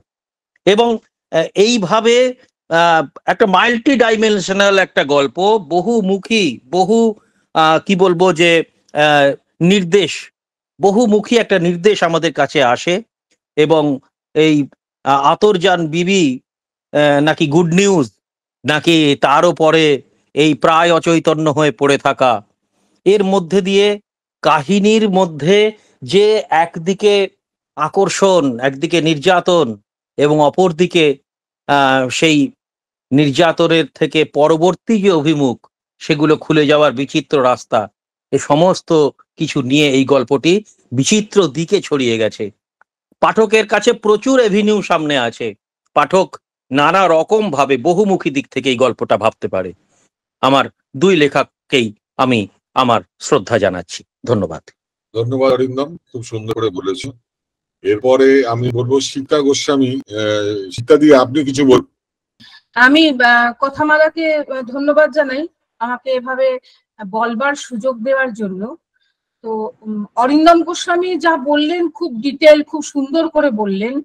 তো আমি মুজাফফরের গল্পটা নিয়ে বলবো যে অতীত স্মৃতি নিয়ে উনি যেভাবে ছবিটা এঁকেছেন সত্যি সেটা লক্ষণীয়। আর ওনার গল্পের অভিমুখ একটা অদ্ভুত জায়গায় গেছে, সেটা সত্যি আমাদের পাঠককে ভাবায়। আর পাপড়ি রহমানের গল্প, নারীদের গল্প, নারীদের কথায় আমি বলবো যে উনি শেষ পর্যন্ত যেভাবে বলেছেন একজন নারীর কথা, এবং সত্যিই তো উনি প্রথমে ওনার মার ওপর বিড়ালকে বস্তায় বন্দি করে পাঠিয়ে দিচ্ছেন বলে মার ওপর খুব ক্ষুব্ধ হচ্ছেন, কিন্তু উনি রক্ষা করতে পারেননি। তো পরবর্তীকালে তিনি হয়তো তার সন্তান সম্ভাবনা যেটা তার মনে হয়েছিল সেই সন্তানকেও হয়তো রক্ষা করতে পারলেন না। এই দুটো ছবি কোথায় একটা যেন মিলে গেল। খুব করুণ কাহিনী, এবং এটা আমি বলবো আমার দুটো গল্পই খুবই ভালো লেগেছে, লেখনীও খুব সুন্দর। আমি দুজন লেখককেই ধন্যবাদ জানাই এত সুন্দর দুটো গল্প আমাদের উপহার দেওয়ার জন্য। ব্যাস এইটুকু। আচ্ছা, নরেশ জানা, উনি কিছু বলবেন মনে হচ্ছে, হাত তুলেছেন। আমি যেটা ভাবছিলাম যে মানে দুটো বাংলার গল্প হচ্ছে দেখুন, কিন্তু মুজাফফর একটা অদ্ভুত পটভূমি তৈরি করলেন বিহার থেকে একটা চরিত্র নিয়ে এসে। এই যে ডাইমেনশন, আমরা তো বাঙালি বাংলার মধ্যেই আছি, কিন্তু উনি একটা চরিত্র মুজাফফর নিয়ে আসছেন বিহার থেকে। বিহার থেকে একটা মানুষ বাংলাদেশে চলে যাচ্ছেন পশ্চিমবঙ্গ পেরিয়ে। কি অদ্ভুত ডাইমেনশন, এবং একটা বট গাছে দাঁড়িয়ে উনি গল্পটা লিখছেন। বাকি গল্প সব সমান্তরাল, এ কোনো কিচ্ছু নেই। কাকিমা, কাকি শাশুড়ি, এসব গল্প আমাদের জানা আছে, কিন্তু গল্পের কি ডাইমেনশন দেখুন। কিন্তু আমি ভাবতেই পারছি না যে বিহার থেকে একটা চরিত্র উল্টো দিকে যেতে পারতো, উত্তরপ্রদেশে চলে যেতে পারতো, কাশ্মীরের ওদিকে উল্টো দিকে হেঁটে যেতে পারতো, ছত্তিশগড় অব্দি চলে যেত, কিন্তু সে পশ্চিম বাংলার টপকে এসে সে আসছে বাংলাদেশ দেশভাগের পর। এই যে ডাইমেনশন, এটা একটু ভাবা দরকার। মুজাফফরকে আমি এই করে থামতে নিয়ে যাবে, গোটা গল্পটা এইভাবেই বদলে গেল, এবং গোটা গল্পটা তৈরি হচ্ছে একটা বট গাছের তলায়। আমরা আবার একটু আরেকজনকে ডেকে নিই। অমিত ভট্টাচার্য আমাদের সভাপতি। অমিত দা, এই গল্পটা নিয়ে, এই দুটি গল্প নিয়ে কিছুটা বলো। গল্প সম্পর্কে অরিন্দম যা বললো তারপরে খুব বিশেষ কিছু আর বলার থাকে না। দুটোই খুব বহুস্তরীয় একটা গল্পের স্বাদ আছে। দুটো গল্পই খুবই ভালো, এবং দুটো গল্পই একটা তার একটা সামাজিক যেমন প্রেক্ষাপট আছে, একই সঙ্গে গল্পের গুণ খুব ভালো, এবং দুটো দু ধরনের গল্প। কিন্তু আমি একটু যেহেতু আপনাদের আমরা পেয়েছি কাছে দুজন হিসেবে, কিন্তু আমি একটু অন্য প্রসঙ্গে একটু যেতে চাইছি, যে আপনাদের গল্প শুনেও আমার সেই প্রসঙ্গটা তুলতে ইচ্ছে করছে। সেটা হচ্ছে যে দেখুন, বাংলাদেশের যে ইতিহাস, ভাষার আন্দোলন, গণ অভ্যুত্থান, তারপর ধরুন স্বাধীনতা সংগ্রাম, এই সব নিয়ে বাংলাদেশের সাহিত্যে যে প্রভাব পড়েছে, যে আবেগকে কেন্দ্র করে সাহিত্যে তার যে প্রভাব পড়েছে, সেগুলো তো মানে আমরা আগাগোড়াই সেগুলো আমরা লক্ষ্য করেছি। আমরা মানে আখতারুজ্জামান ইলিয়াসের সেই চিলেকোঠার সিপাই পড়েছি, হ্যাঁ, সেই সিপাই সেই গল্পে আমরা ওসমানকে পেয়েছি, আনোয়ারকে পেয়েছি, মানে হাড্ডি খিজিরের মতো একটা ক্যারেক্টার পেয়েছি। এবং মানে 70-এর দশকের সেই যে যে ছবি, মানে উত্তাল বাংলাদেশের যে ছবি, সেই সব ছবি নিয়ে মানে যেখানে ইতিহাস এবং জনপদই নায়ক, মানে ব্যক্তি মানুষ নয়, তো সেই সব গল্প অত্যন্ত প্রভূত মানে হবে। এবং সেগুলো নিয়ে আর নতুন করে আমি কিছু বলছি না, কিন্তু আমার একটা প্রশ্ন হলো যে সেখানে এটাও দেখেছি যে মধ্যবিত্ত মানুষের যে উদাসীনতা রাজনীতি বা বিপ্লব কে কেন্দ্র করে, সেই উদাসীনতার একটা ছবি আমরা স্পষ্ট পেয়েছি, কিন্তু তার ভেতরে বেশিরভাগটা রাজনীতির একটা জায়গা আছে প্রচুর। এবং সেই রাজনীতিটা বাংলাদেশের পাঠক কতটা গ্রহণ করেছে আমি জানি না, বা সেই রাজনীতিকে পছন্দ নিশ্চয়ই করেছে, নাহলে এই ধরনের খ্যাতি, এই ধরনের ভালোবাসা একটা মানে বইকে ঘিরে হবেই বা কেন। কিন্তু আমরা বহু ক্ষেত্রেই সেগুলো দেখেছি। আমাদের যে গল্প আমরা মানে পড়েছি, আমি অন্তত কিছু, সব পড়িনি, যেমন মেঘময়ী পড়েছি, আজ চিত্রার বিয়ে, বৃষ্টি ও মেঘমালা, এই ধরনের যে নামাকরণের মধ্যে দেখা যাচ্ছে যে একটা সামাজিক মানে অনেক একটা গল্পের ছোঁয়া থাকা স্বাভাবিক, নামাকরণের মধ্যে পাচ্ছি আমরা সেটা। কিন্তু সেই সব গল্প, হুমায়ুন আহমেদের সেই গল্প মানে যেভাবে জনপ্রিয়তা যতটা লাভ করেছে ততটাই সমালোচিত হয়েছে প্রচুর। মানে হুমায়ুন আজাদের মতো পণ্ডিত মানুষও ওনাকে একসময় ধরুন ঔপন্যাসিক না বলে অপন্যাসিক বলেছিলেন, এবং উনি বাজারি লেখক হিসেবে উল্লেখ করেছেন, এবং তাছাড়াও অনেকেই তার সমালোচনা করেছেন। তো আমার কিন্তু পরবর্তীকালে আবার ধরুন এই যে আমি একটা আরিফ আজাদ বলে একজনের লেখা পড়েছিলাম, প্যারাডক্সিক্যাল সাজিদ বলে, সেখানে যদিও আমি সেই গল্পটা সম্পর্কে আমার একটা রিজার্ভেশন আছে, কারণ সেখানে একটা ইসলাম ধর্মের একটা প্রচারের ব্যাপার একটু বেশি মনে হয়েছিল আমার। কিন্তু সুমন্ত আসলাম বলে একজন ছিল, তার বাউন্ডুলে বলে একটা গল্প ছিল, এটা আখ্যান, যেখানে জনজীবন এবং তার প্রেক্ষাপট নিয়ে তৈরি, সেটাও মানে বিপুল ভাবে আদৃত হয়েছে বাংলাদেশের সাহিত্য মহলে। তো আমার প্রশ্নটা হচ্ছে যে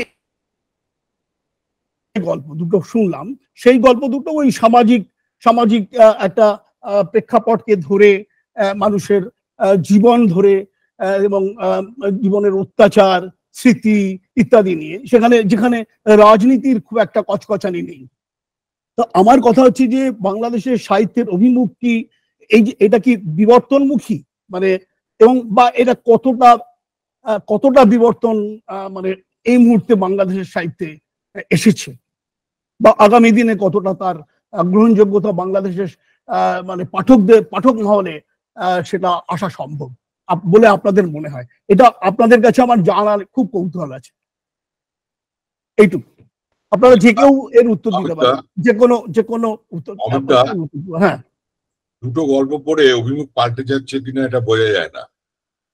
না, আমি দুটো অভিমুখের কথা, দুটো গল্প শুনে বললাম না, আমি বললাম যে ওই যে আরিফ আজাদ এবং সুমন্ত আসলামের যে গল্পগুলো, ওই যে প্যারাডক্সিক্যাল সাজিদ বা বাউন্ডুলের মতো যে লেখক, যে গল্পগুলো পড়ে বাংলাদেশে প্রচন্ড, আমরা চাইবো এখানে যে দুটো গল্প পড়া হয়েছে এটা নিয়ে আলোচনা হোক, ওইটা আলোচনার জায়গাটা।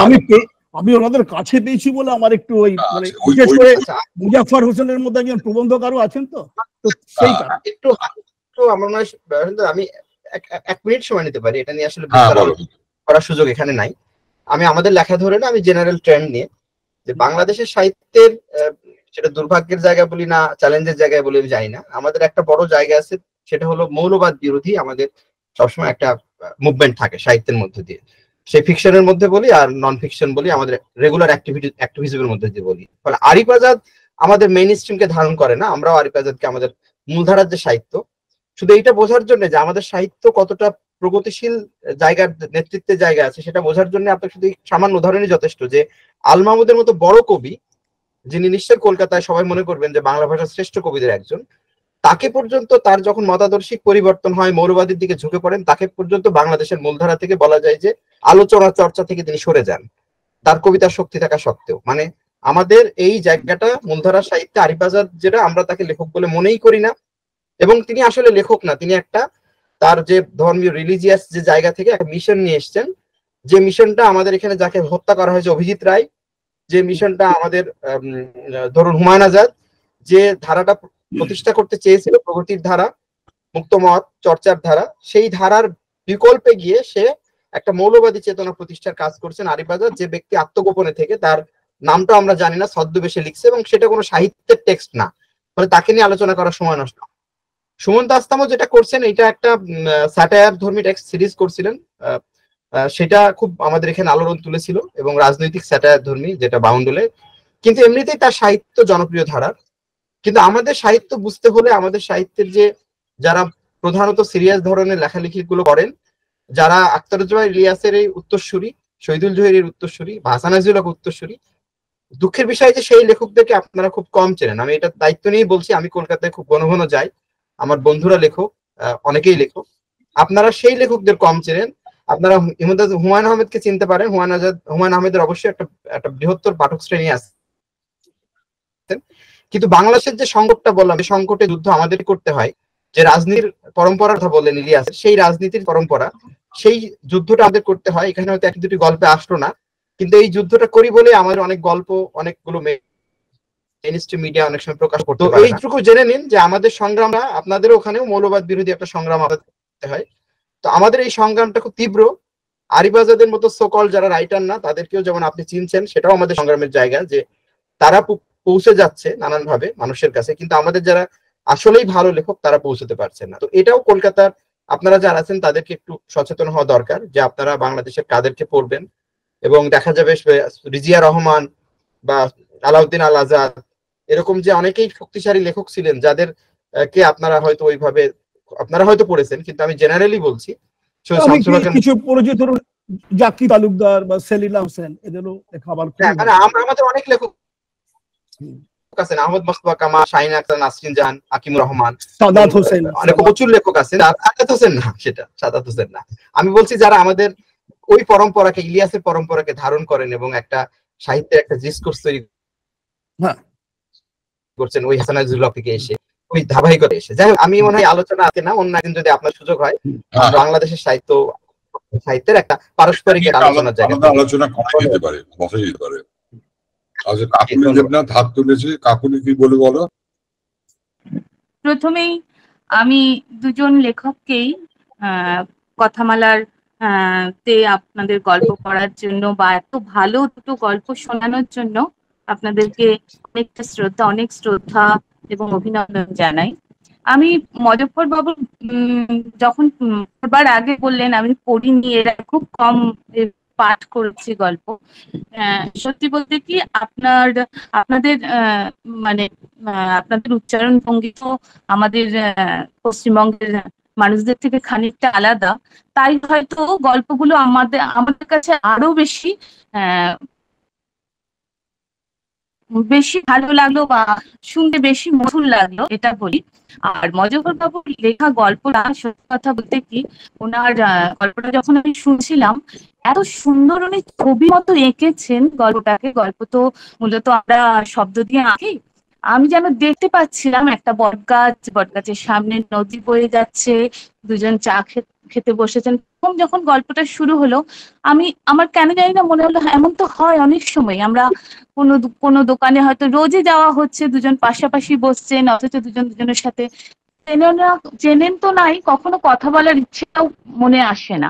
এই যে সুন্দর ছোট্ট ছোট্ট কথা আপনি এগুলো তুলে ধরেছেন, আর আমার অন্তত চোখের সামনে সেগুলো, আমি তো কখনো বাংলাদেশ যাইনি, বাংলাদেশ নদীমাতৃক দেশ, কিন্তু এগুলো যেন কোথায় যেন মনকে ছুঁয়ে গেছে। আপনার লেখাটা ভীষণ ভালো লেগেছে, তাই না বলে পারলাম না। আপনার গল্প আমাকে ভীষণভাবে স্পর্শ করেছে। আর পাপড়িদির গল্প শুনে বলি, পাপড়িদি যেন মেয়েদের মনের কথাগুলো, মেয়েদের চার দেওয়ালের ভেতরে মেয়েরা যে কতভাবে অত্যাচারিত হয়, এত নিখুঁত ভাবে তুলেছেন, এত সুন্দর ভাবে তুলেছেন।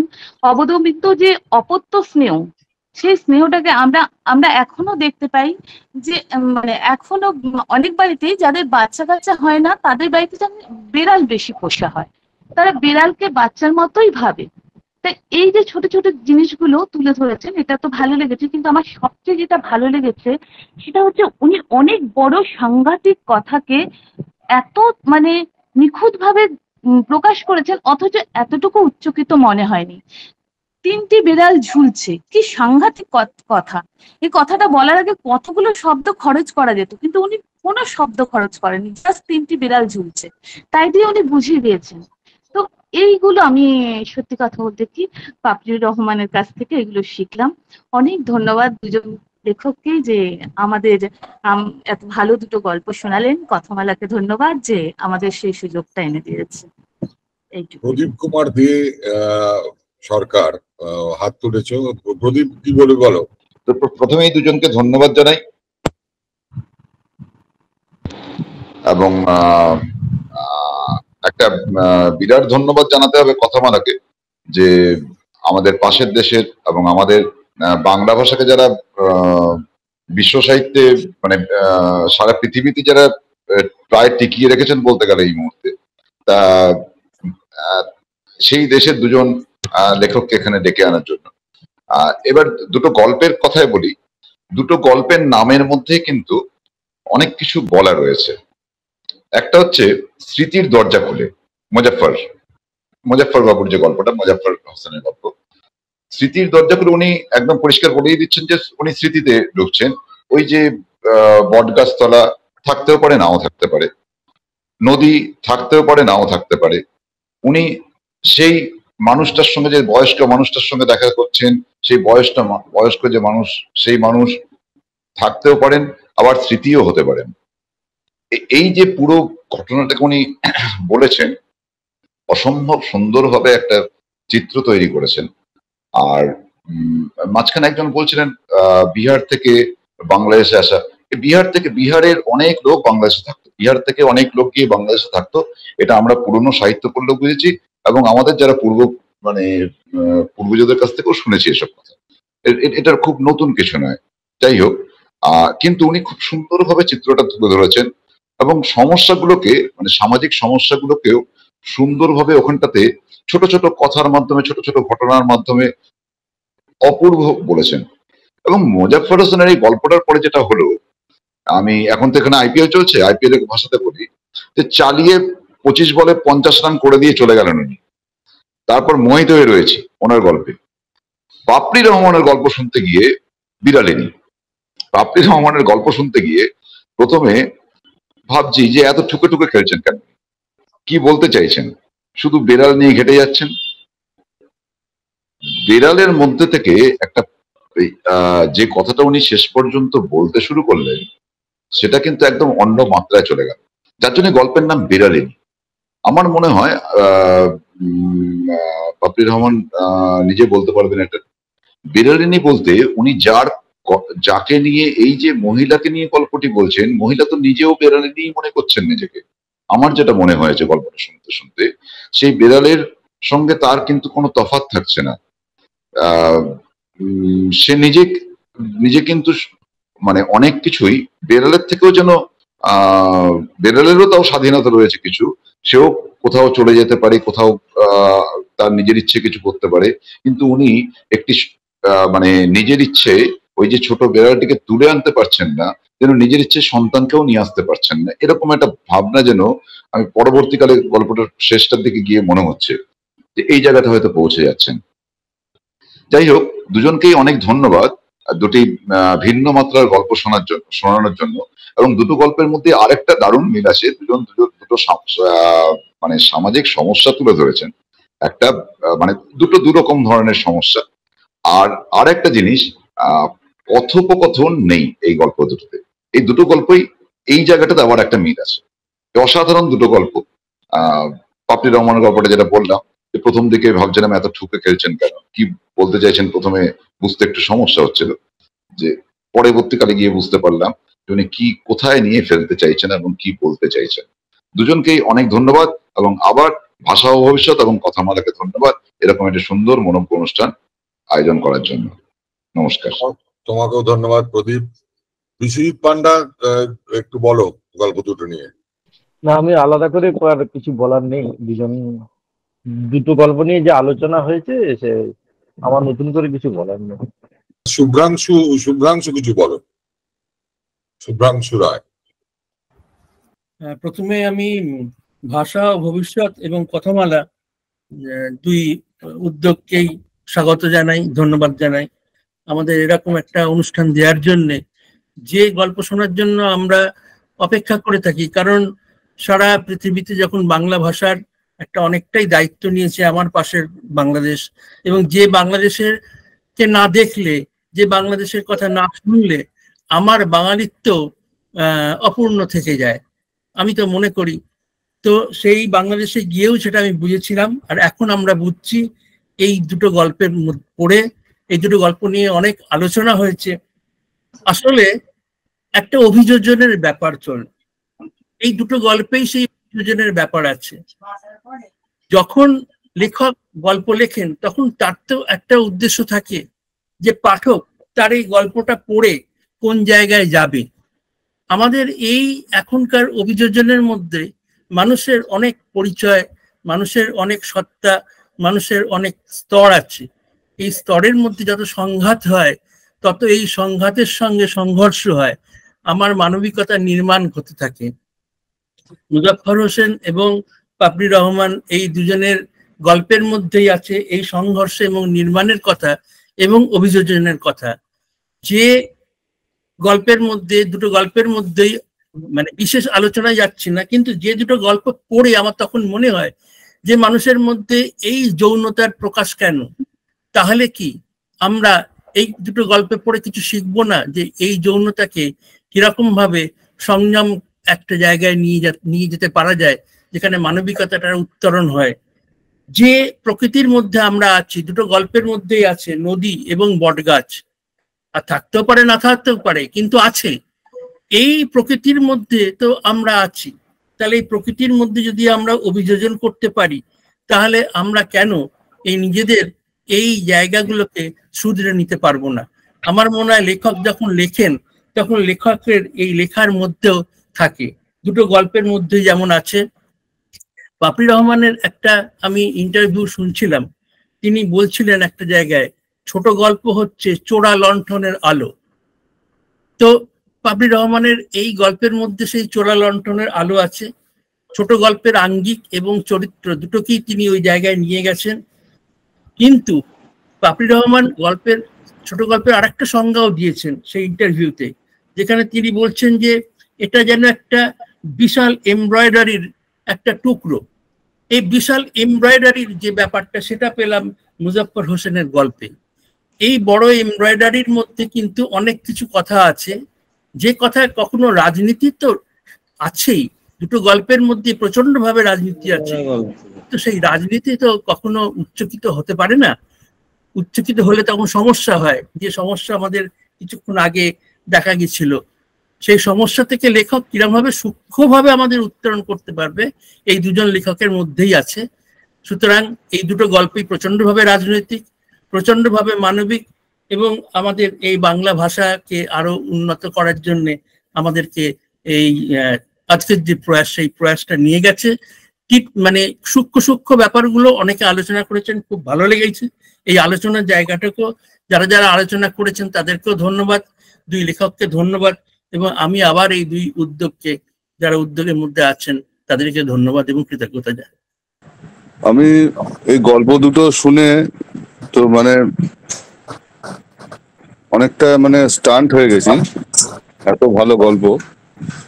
গল্প সম্বন্ধে আমার বলতে গেলে অল্প কথায় যেটা বলা যায় সেটা হলো, দুটো গল্পের মধ্যেই একটা যেভাবে গল্পটা বলা হয়েছে, ন্যারেট করা হয়েছে, খুব নির্লিপ্ত ভাবে একটা নৃশংস বিভৎস একটা সামাজিক অবস্থা, একটা ধর্মীয় নিপীড়ন, মানে সোশ্যাল একটা ব্যাপারটাকে, যে নৃশংসতা, যে দাঁত নখ বেরিয়ে আসছে, সেটা নির্লিপ্ত ভাবে এত সুন্দরভাবে ন্যারেট করেছেন দুজনের গল্পে, মানে আমি শিহরিত হয়ে গেছি গল্পটা শুনে। এইটুকুই। ঠিকই বলেছো সুবীর। হ্যাঁ, আর আমাদের এই ইয়েতে এই অনুষ্ঠানে এসে মোজাফফর হোসেন কেমন লাগছে, এরপর আমি পাপড়ি রহমানকেও জিজ্ঞেস করবো। না, অসম্ভব ভালো লাগলো, কারণ আপনাদের অনেককেই আমি হয়তো ভার্চুয়ালি চিনি, দু একজন আছেন চিনি, আর এভাবে হয়তো দেখা হয়নি। আর নিজের গল্প নিয়ে শুনতে তো স্বাভাবিকভাবেই এটা সবারই ভালো লাগার কথা, কিন্তু অভিজ্ঞতাটা আমার নতুন, কারণ এইভাবে কখনো নিজের গল্প পাঠ করি নাই, আমি পাঠ করতে চাইও না। কারণ আমি মনে করি যে যে ধরনের টেক্সট আমি নিজে লিখি বা আমি পড়তে স্বচ্ছন্দ বোধ করি, এগুলো আসলে পাঠযোগ্যতা ওইভাবে নাই। এগুলো নিবিড় ভাবে একজন পাঠকের সঙ্গে একজন ওই টেক্সটের আসলে বোঝাপড়া। তো লেখকের বয়ানে ভালোভাবে অনেক সময় অনেক শব্দ কিন্তু ধরা যায় না, একটা ইন্টারেশনের ব্যাপার থাকে।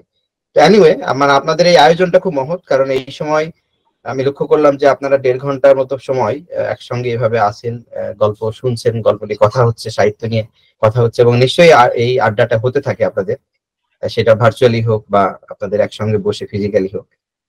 এইটা আমাকে বেশি আপ্লুত করলো যে এই ধরনের, আমরা নতুন প্রজন্ম, আমরা অনেকটাই অভ্যস্ত, এখন তো বোঝেনি যে এই ধরনের ইতে আমরা অতটা আর হচ্ছে না, আড্ডা যে সাহিত্য নিয়ে হয়, তো সেইগুলোতে আমরা অতটা না, আমরা নিজেদের মতো করে সাহিত্য চর্চা করি। ঢাকাতেও নানান রকম সাহিত্যের আড্ডা হয় বটে, কিন্তু শেষ পর্যন্ত মনে হয় যে না, এটা ভীষণভাবে একাকী একটা চর্চার জায়গা। কিন্তু আজকে আমার খুব ভালো লাগলো এই আপনাদের সঙ্গে মুখোমুখি হয়ে এবং আপনাদের এই আয়োজনটা দেখে, এবং ঢাকাতে আমার মনে হচ্ছে যে এই ধরনের আয়োজন ঢাকাতে হতে পারে। হয়তো আমি বন্ধুদের পরামর্শ দিব যে আমরা বাসায় বসেই যদি গল্প শুনতে পারি এবং সেটা নিয়ে আলোচনা হয়, একটা গল্প শুধু গল্প নাই, যে নানান মাত্রিক আলোচনা হচ্ছে, এবং তার থেকে আমি নিজে সমৃদ্ধ হলাম। তো আপনাদের এই আয়োজনের প্রতি আমি কৃতজ্ঞতা জানাচ্ছি। আমার থাকতে পেরে ভীষণভাবে আমার ভালো লাগছে। আমরাও জানি যে গল্প অ্যাকচুয়ালি মানে একান্তে পড়া উচিত, হ্যাঁ, কিন্তু আমরা এই যে গল্প পাঠের আয়োজনটা এই জন্য করি যে এটা তো বড় একান্তে থাকার একটা শিল্প। এই যে আমরা এখানে গল্পটা পাঠ করলাম, কয়েকজন বললাম, কোথাও একটা বুস্ট আপ হই, কোথাও একটা মনে হয় যে আমাদের পাশে আরো অনেকে আছে। ঠিক এই কারণেই আমি জানি যে গল্প পাঠ করতে গেলে অনেক হয়তো কান এড়িয়ে যায় অনেক ইয়েতে। যেমন আজকে তোমার গল্প তো তবু শুনে নিয়ে হয়ে গেলাম, মানে বুঝে গেলাম, ধরে নিতে পারলাম, কিন্তু পাপড়ি রহমানের গল্পটা তো আমি চাইবো গল্পটা আরেকবার পড়তে, কারণ এর ভেতরে এমন কিছু আছে যেগুলো ঠিক পাঠ দিয়ে বোঝানো যায় না।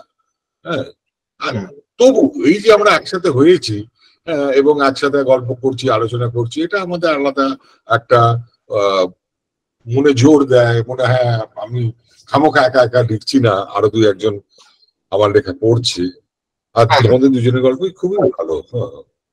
পাপড়ি রহমান, আপনি কিছু বলুন, আমাদের এই অনুষ্ঠানে যোগ দিয়ে কেমন লাগলো?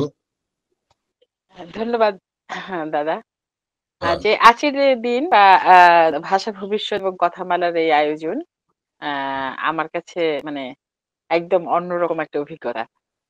সেটা হলো যে আমি লিখছি অনেকদিন, প্রায় 30 বছরের কাছাকাছি সময়, গল্প লেখার সময়। তো সেখান থেকে যে গল্প আমি পড়েছি, পড়ার পরে যে নানা জনের নানা দিক থেকে নানা রকম আ কি বলবো, তাদের যে অনুভূতি, আ এইটা আসলে অন্য কোথাও এভাবে আর কখনো এর আগে হয়নি। তো এটা সেদিক থেকে আমার একটা বিরল অভিজ্ঞতা, এবং যারা আমাদের গল্প শুনলেন এবং যারা পার্টিসিপেন্ট হিসাবে এলেন, সবার প্রতি আমার কৃতজ্ঞতা এবং ভালোবাসা জানাই। তো আর আরেকটা বিষয় যে আমরা এতজন বাংলা ভাষাভাষী, যদিও আমাদের কাটাতার আছে, কিন্তু আমাদের ভাষা কিন্তু একটা। যদি ভাষা যদি হয় যে নিজেকে প্রকাশ করার অন্যতম মাধ্যম, তাহলে সেখান থেকে আমরা যে এরকম একটা মিলে নিজেদের অনুভূতি, নিজেদের চিন্তাগুলো শেয়ার করতে পেরেছি, এটা তো এখানে ধরেন ভগীরথ মিশ্র দার সঙ্গে আমার পরিচয়, উনি নিজেই আগে বলেছেন, আর বিশ্বদীপ দা তো আছেন, আর আপনারা নতুন যারা, সবার সাথে পরিচয় হলো, এটাও আমার কাছে পরম পাওয়া। আর আমি মনে করি যে আপনাদের এরকম আয়োজনে আমাদের ডাকলে এক্সচেঞ্জটা হলে ভালো হয়, যে আমরা কি লিখছি বা আপনারা কি লিখছেন, সেটা যদি আমরা জানতে পারি, তাহলে আমার মনে হয় যে সবাই ঋদ্ধ হব। তো সেখান থেকে আবারও আমি ভাষা ভবিষ্যৎ এবং কথামালাকে আমার ভালোবাসা এবং কৃতজ্ঞতা জানাই। আমাদের এই অনুষ্ঠানটা রেকর্ডিং হচ্ছে, ইউটিউবে আমাদের ভাষা ভবিষ্যৎ দেবে। হ্যাঁ, ফলে আপনাদের বন্ধু বান্ধব বা অন্যান্যদের আপনারা এটা ইয়ে করতে পারেন, বলতে পারেন দেখতে। আমি পাপড়ি রহমান দিদিকে এবং মুজফফর হোসেনকে দুজনকে অনুরোধ করছি যে আমাদের সঙ্গে একটু যোগাযোগ রাখবেন। আমরা যখন পরবর্তীকালে আবার কোনো অনলাইন অনুষ্ঠান করব, আপনারা সেই অনলাইন অনুষ্ঠানে থাকবেন এবং সবসময় তো বাংলাদেশের নয়, তখন আমরা এপারের গল্প শোনাবো, আপনারা শুনবেন। এবং শুধু আপনারা দুজন না, আমি চাইবো যে আপনারা আরো বাংলাদেশের আরো যারা লেখক আছেন, পাঠক আছেন, তাদের কাছেও আমাদের এই অনুষ্ঠানের খবর পৌঁছে দেবেন। নিশ্চয়ই নিশ্চয়ই। আমার একটাই কথা বলার ছিল, একদম 1 সেকেন্ডে বলি। সেটা হচ্ছে এই গল্প দুটো শুনে যতই এর জাদু বাস্তবতার স্তর থাকুক বা বহুস্তরীয় হোক, দুটো গল্প শুনে আমার ভীষণ ভয় করছিল বাংলাদেশের মেয়েদের জন্য।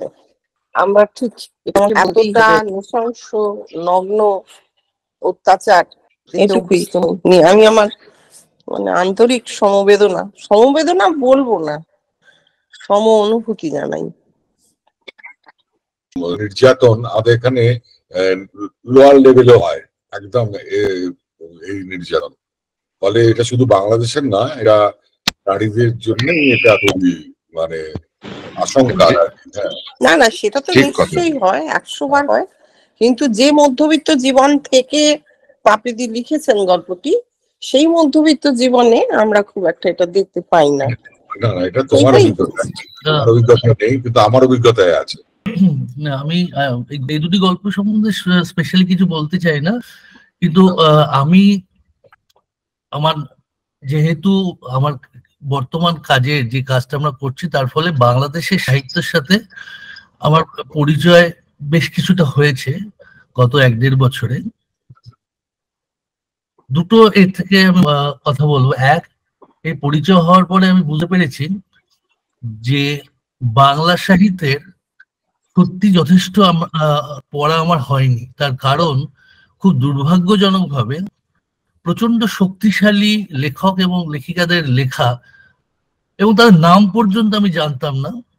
এই অবস্থাটা আমি বুঝতে পেরেছি, এবং সেই জন্য আমার মনে হয় কথামালাই যে কাজটা শুরু করেছে, এটা কিন্তু আরো বেশি ভাবে করা দরকার। কারণ অসম্ভব বিভিন্ন লেখা আমি পড়ছি আজকাল, এবং আমাকে সাহায্য করেছেন মুজফফর। আমি বহু বই নিয়ে এসেছিলাম বাংলাদেশে গিয়ে, তখনই আমি বুঝতে পারলাম যে আমরা বোধহয় বাংলা সাহিত্যে একটা বড় জায়গাকে একদমই ছুটছি না। আরেকটা কথা যেটা, কারণ অনিন্দিতা বলেন তো, সেই সঙ্গে আমার এইটা আরেকটা ব্যাপার মনে হয়েছে যে বাংলাদেশের লেখা এবং বেশ কিছু শক্তিশালী মহিলা সাহিত্যিকের লেখা আমি পড়েছি। আমরা অনেক বিষয় যেটা সমাজের ক্ষত আমাদের লেখায়, বর্তমান লেখায় আমি খুব একটা খুঁজে পাই না পশ্চিমবঙ্গের লেখায়। সেই জন্য এই কি ঘটনা ঘটছে সমাজে, আমরা বোধহয় অনেক সময় সেই সবগুলোকে এড়িয়ে যাই, তার সাহিত্যে তার স্থান কম পাচ্ছি। বাংলাদেশের যে আমি লেখা সাহিত্য এখন পড়ছি, সেখানে কিন্তু আমি দেখছি যে সাহিত্যিকরা তার ওই সামাজিক কাজটা করছেন। কারণ লেখার মধ্যে একটা সামাজিক দায়বদ্ধতা আছে।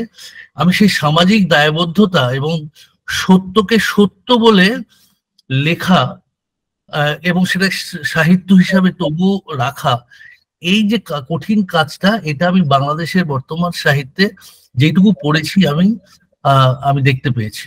আমার সেটাই বলার ছিল। সেই জন্য হয়তো এই বিষয়গুলো দুজনেই আজকে কিছু বিষয় নিয়েছেন। আমি বোধহয় পশ্চিমবঙ্গের খুব কম লেখাতেই এরকম বিষয়কে সরাসরি ধরতে দেখি না লেখকদের। হয়তো আমি পড়ি না, আমি জানি না, কিন্তু আমি বাংলাদেশের লেখায় দেখছি যত পড়ছি, যে যত এই সমস্ত কঠিন বিষয় যেগুলো আমাদের সাহিত্যে চেপে রাখা হয়, এমনকি যৌনতা, আমাদের সাহিত্যে যৌনতা কে যে কিভাবে আড়ালে রাখা হয় লেখার মধ্যে, কিন্তু ওটা স্বাভাবিক জীবনের একটা অংশ, সেটা আমি বাংলাদেশ সাহিত্যে দেখেছি, সেটা প্রচন্ড ভাবে রয়েছে। সেই জন্য বাংলাদেশের বর্তমান সাহিত্য এবং না পড়লে বোধহয় বাংলা সাহিত্য আমরা যথেষ্ট পড়ছি না। ঠিক, আমাদেরও দুর্ভাগ্য যে বাংলাদেশের লেখালেখি এগিয়ে খুব একটা আসে না। তো এখন যেহেতু সামাজিক মাধ্যম বা অন্য হয়েছে, এখন আর অত বাধা নেই, কিন্তু আমরা যখন লেখালেখিতে এসেছি, বড় হচ্ছি, তখন খুব মানে কষ্ট করে ওপারের লেখা পড়তে পারতাম। তো যাই হোক, আজকে যেমন এটা কত সহজে আমরা পড়তে পারলাম, দেখলাম, এবং বিশ্বদ্বীপের কথাগুলো সত্যি ঠিক, যে সাহস, যে একটা সামাজিক দায়বদ্ধতা লেখার মধ্যে দেখা যাচ্ছে, আমাদের এখানে আমরা সেখানে অনেক সাবধানী হয়ে উঠেছি। আমি সেই কারণে এই গল্প দুটোর আলোচনায় খুব মানে বিশেষভাবে না গিয়ে আমার একটু জানার আগ্রহ হচ্ছিল যে এই যে এই বাংলাদেশের সাহিত্যে একটা তারও একটা বিবর্তনের একটা দিক শুরু ওনাদের কাছে পেয়ে আমি জানতে চাইছিলাম যে এই যে সামাজিক যে প্রভাব, গল্পের মধ্যে যে সামাজিক প্রভাব, এটা একটা সময় বাংলাদেশে অনেকটাই কম ছিল, স্বাধীনতার যুদ্ধ বা যেটা সব দেশেই থাকা স্বাভাবিক, সেই সব নিয়ে তাদের একটা সাংঘাতিক একটা উৎসাহ ছিল। সেই সাহিত্যের মধ্যে তার প্রভাব সম্পূর্ণভাবে ছিল এবং ভীষণভাবে ছিল। তার যে বিবর্তন এই সামাজিক স্তরে, সেটা একটু আমার জানার ইচ্ছে ছিল এবং আমি কিছুটা জানলাম। এবং আমাদের আরো পড়তে হবে বাংলাদেশের গল্প, আমাদের সত্যি আমরা অনেক কম পাই, আমাদের আরো অনেক, আমরা সেটা নিয়ে একদিন একটা আলোচনা করতেই হবে। না, আমি বলছি এটা জানা আমাদের প্রয়োজন। বাংলাদেশের সাহিত্য সম্পর্কে সামগ্রিক যে মূল্যায়ন, সেটা আমাদের পক্ষে এই মুহূর্তে দাঁড়িয়ে সম্ভব নয়। সেই জন্য কিছু জানতে হবে ওদের থেকে আমাদের, এবং এই যে আমাদের যে এক্সচেঞ্জ, এই এক্সচেঞ্জটা যেন চলে, এটাই আমার মানে আমরা কথা বলার তরফ থেকে আমরা সেই উৎসাহটা দেখাবো। আর মুজাফফর হোসেন এবং পাপড়ি ম্যাডামকে সেটাই আমাদের কাছে অনুরোধ, আপনাদের কাছে, যে আপনারা এই এক্সচেঞ্জটা চালাবার ক্ষেত্রে আমাদের একটু সহযোগিতা করবেন ভবিষ্যতে। আপনাদের দুজনকেই কথা বলার অনুষ্ঠানে আমন্ত্রণে আপনাদের আসার জন্য, সময় দেওয়ার জন্য অজস্র ধন্যবাদ। এবং দুটো গল্পই অত্যন্ত অত্যন্ত উচ্চ মার্গের মনে হয়েছে আমাদের, এবং খুব ভালো লেগেছে। আপনাদের অজস্র ধন্যবাদ। আমি তো বললাম যে আপনাদের এই উপস্থিতিতে আজকের এই অনুষ্ঠান অত্যন্ত আমাদের কাছে মানে ভীষণভাবে আমাদের কাছে আমরা আপ্লুত বলতে পারি। গল্প দুটো নিয়ে তো অনেক কথা হলো এবং তাতে আমরা আমাদের মুগ্ধতা প্রকাশ করেইছি ইতিমধ্যে। আর এই সুন্দর যে কথাটা বললো আমাদের তরফ থেকে, যে আপনারা দেখবেন যেন বাংলাদেশের সঙ্গে আমাদের এই পারের সাথে ওপারের একটা যোগসূত্র তৈরি হয়, সাহিত্যের একটা যোগসূত্র আপনারাও চেষ্টা করবেন, আমরাও চালিয়ে যাবো চেষ্টা। এবং মাঝে মাঝেই আমরা এই অনুষ্ঠান যদি করতে পারি, তাহলে দুদিকেরই আমরা সাহিত্য সম্পর্কে অবগত হতে পারবো। আপনাদের আজকের অনুষ্ঠানে উপস্থিত থাকার জন্য যারা আপনারা তো আছেনই, আপনাদের দুজনকে তো অজস্র ধন্যবাদ আমি আগেই দিলাম, এবং আরো যারা শ্রোতা হিসেবে আজকে ছিলেন প্রত্যেককেই অজস্র ধন্যবাদ। আগামী দিনও আপনাদের সহযোগিতা আমরা কামনা করছি। খুব ভালো লাগলো আপনাদের এই সহযোগিতায়, আপনাদের অশেষ ধন্যবাদ।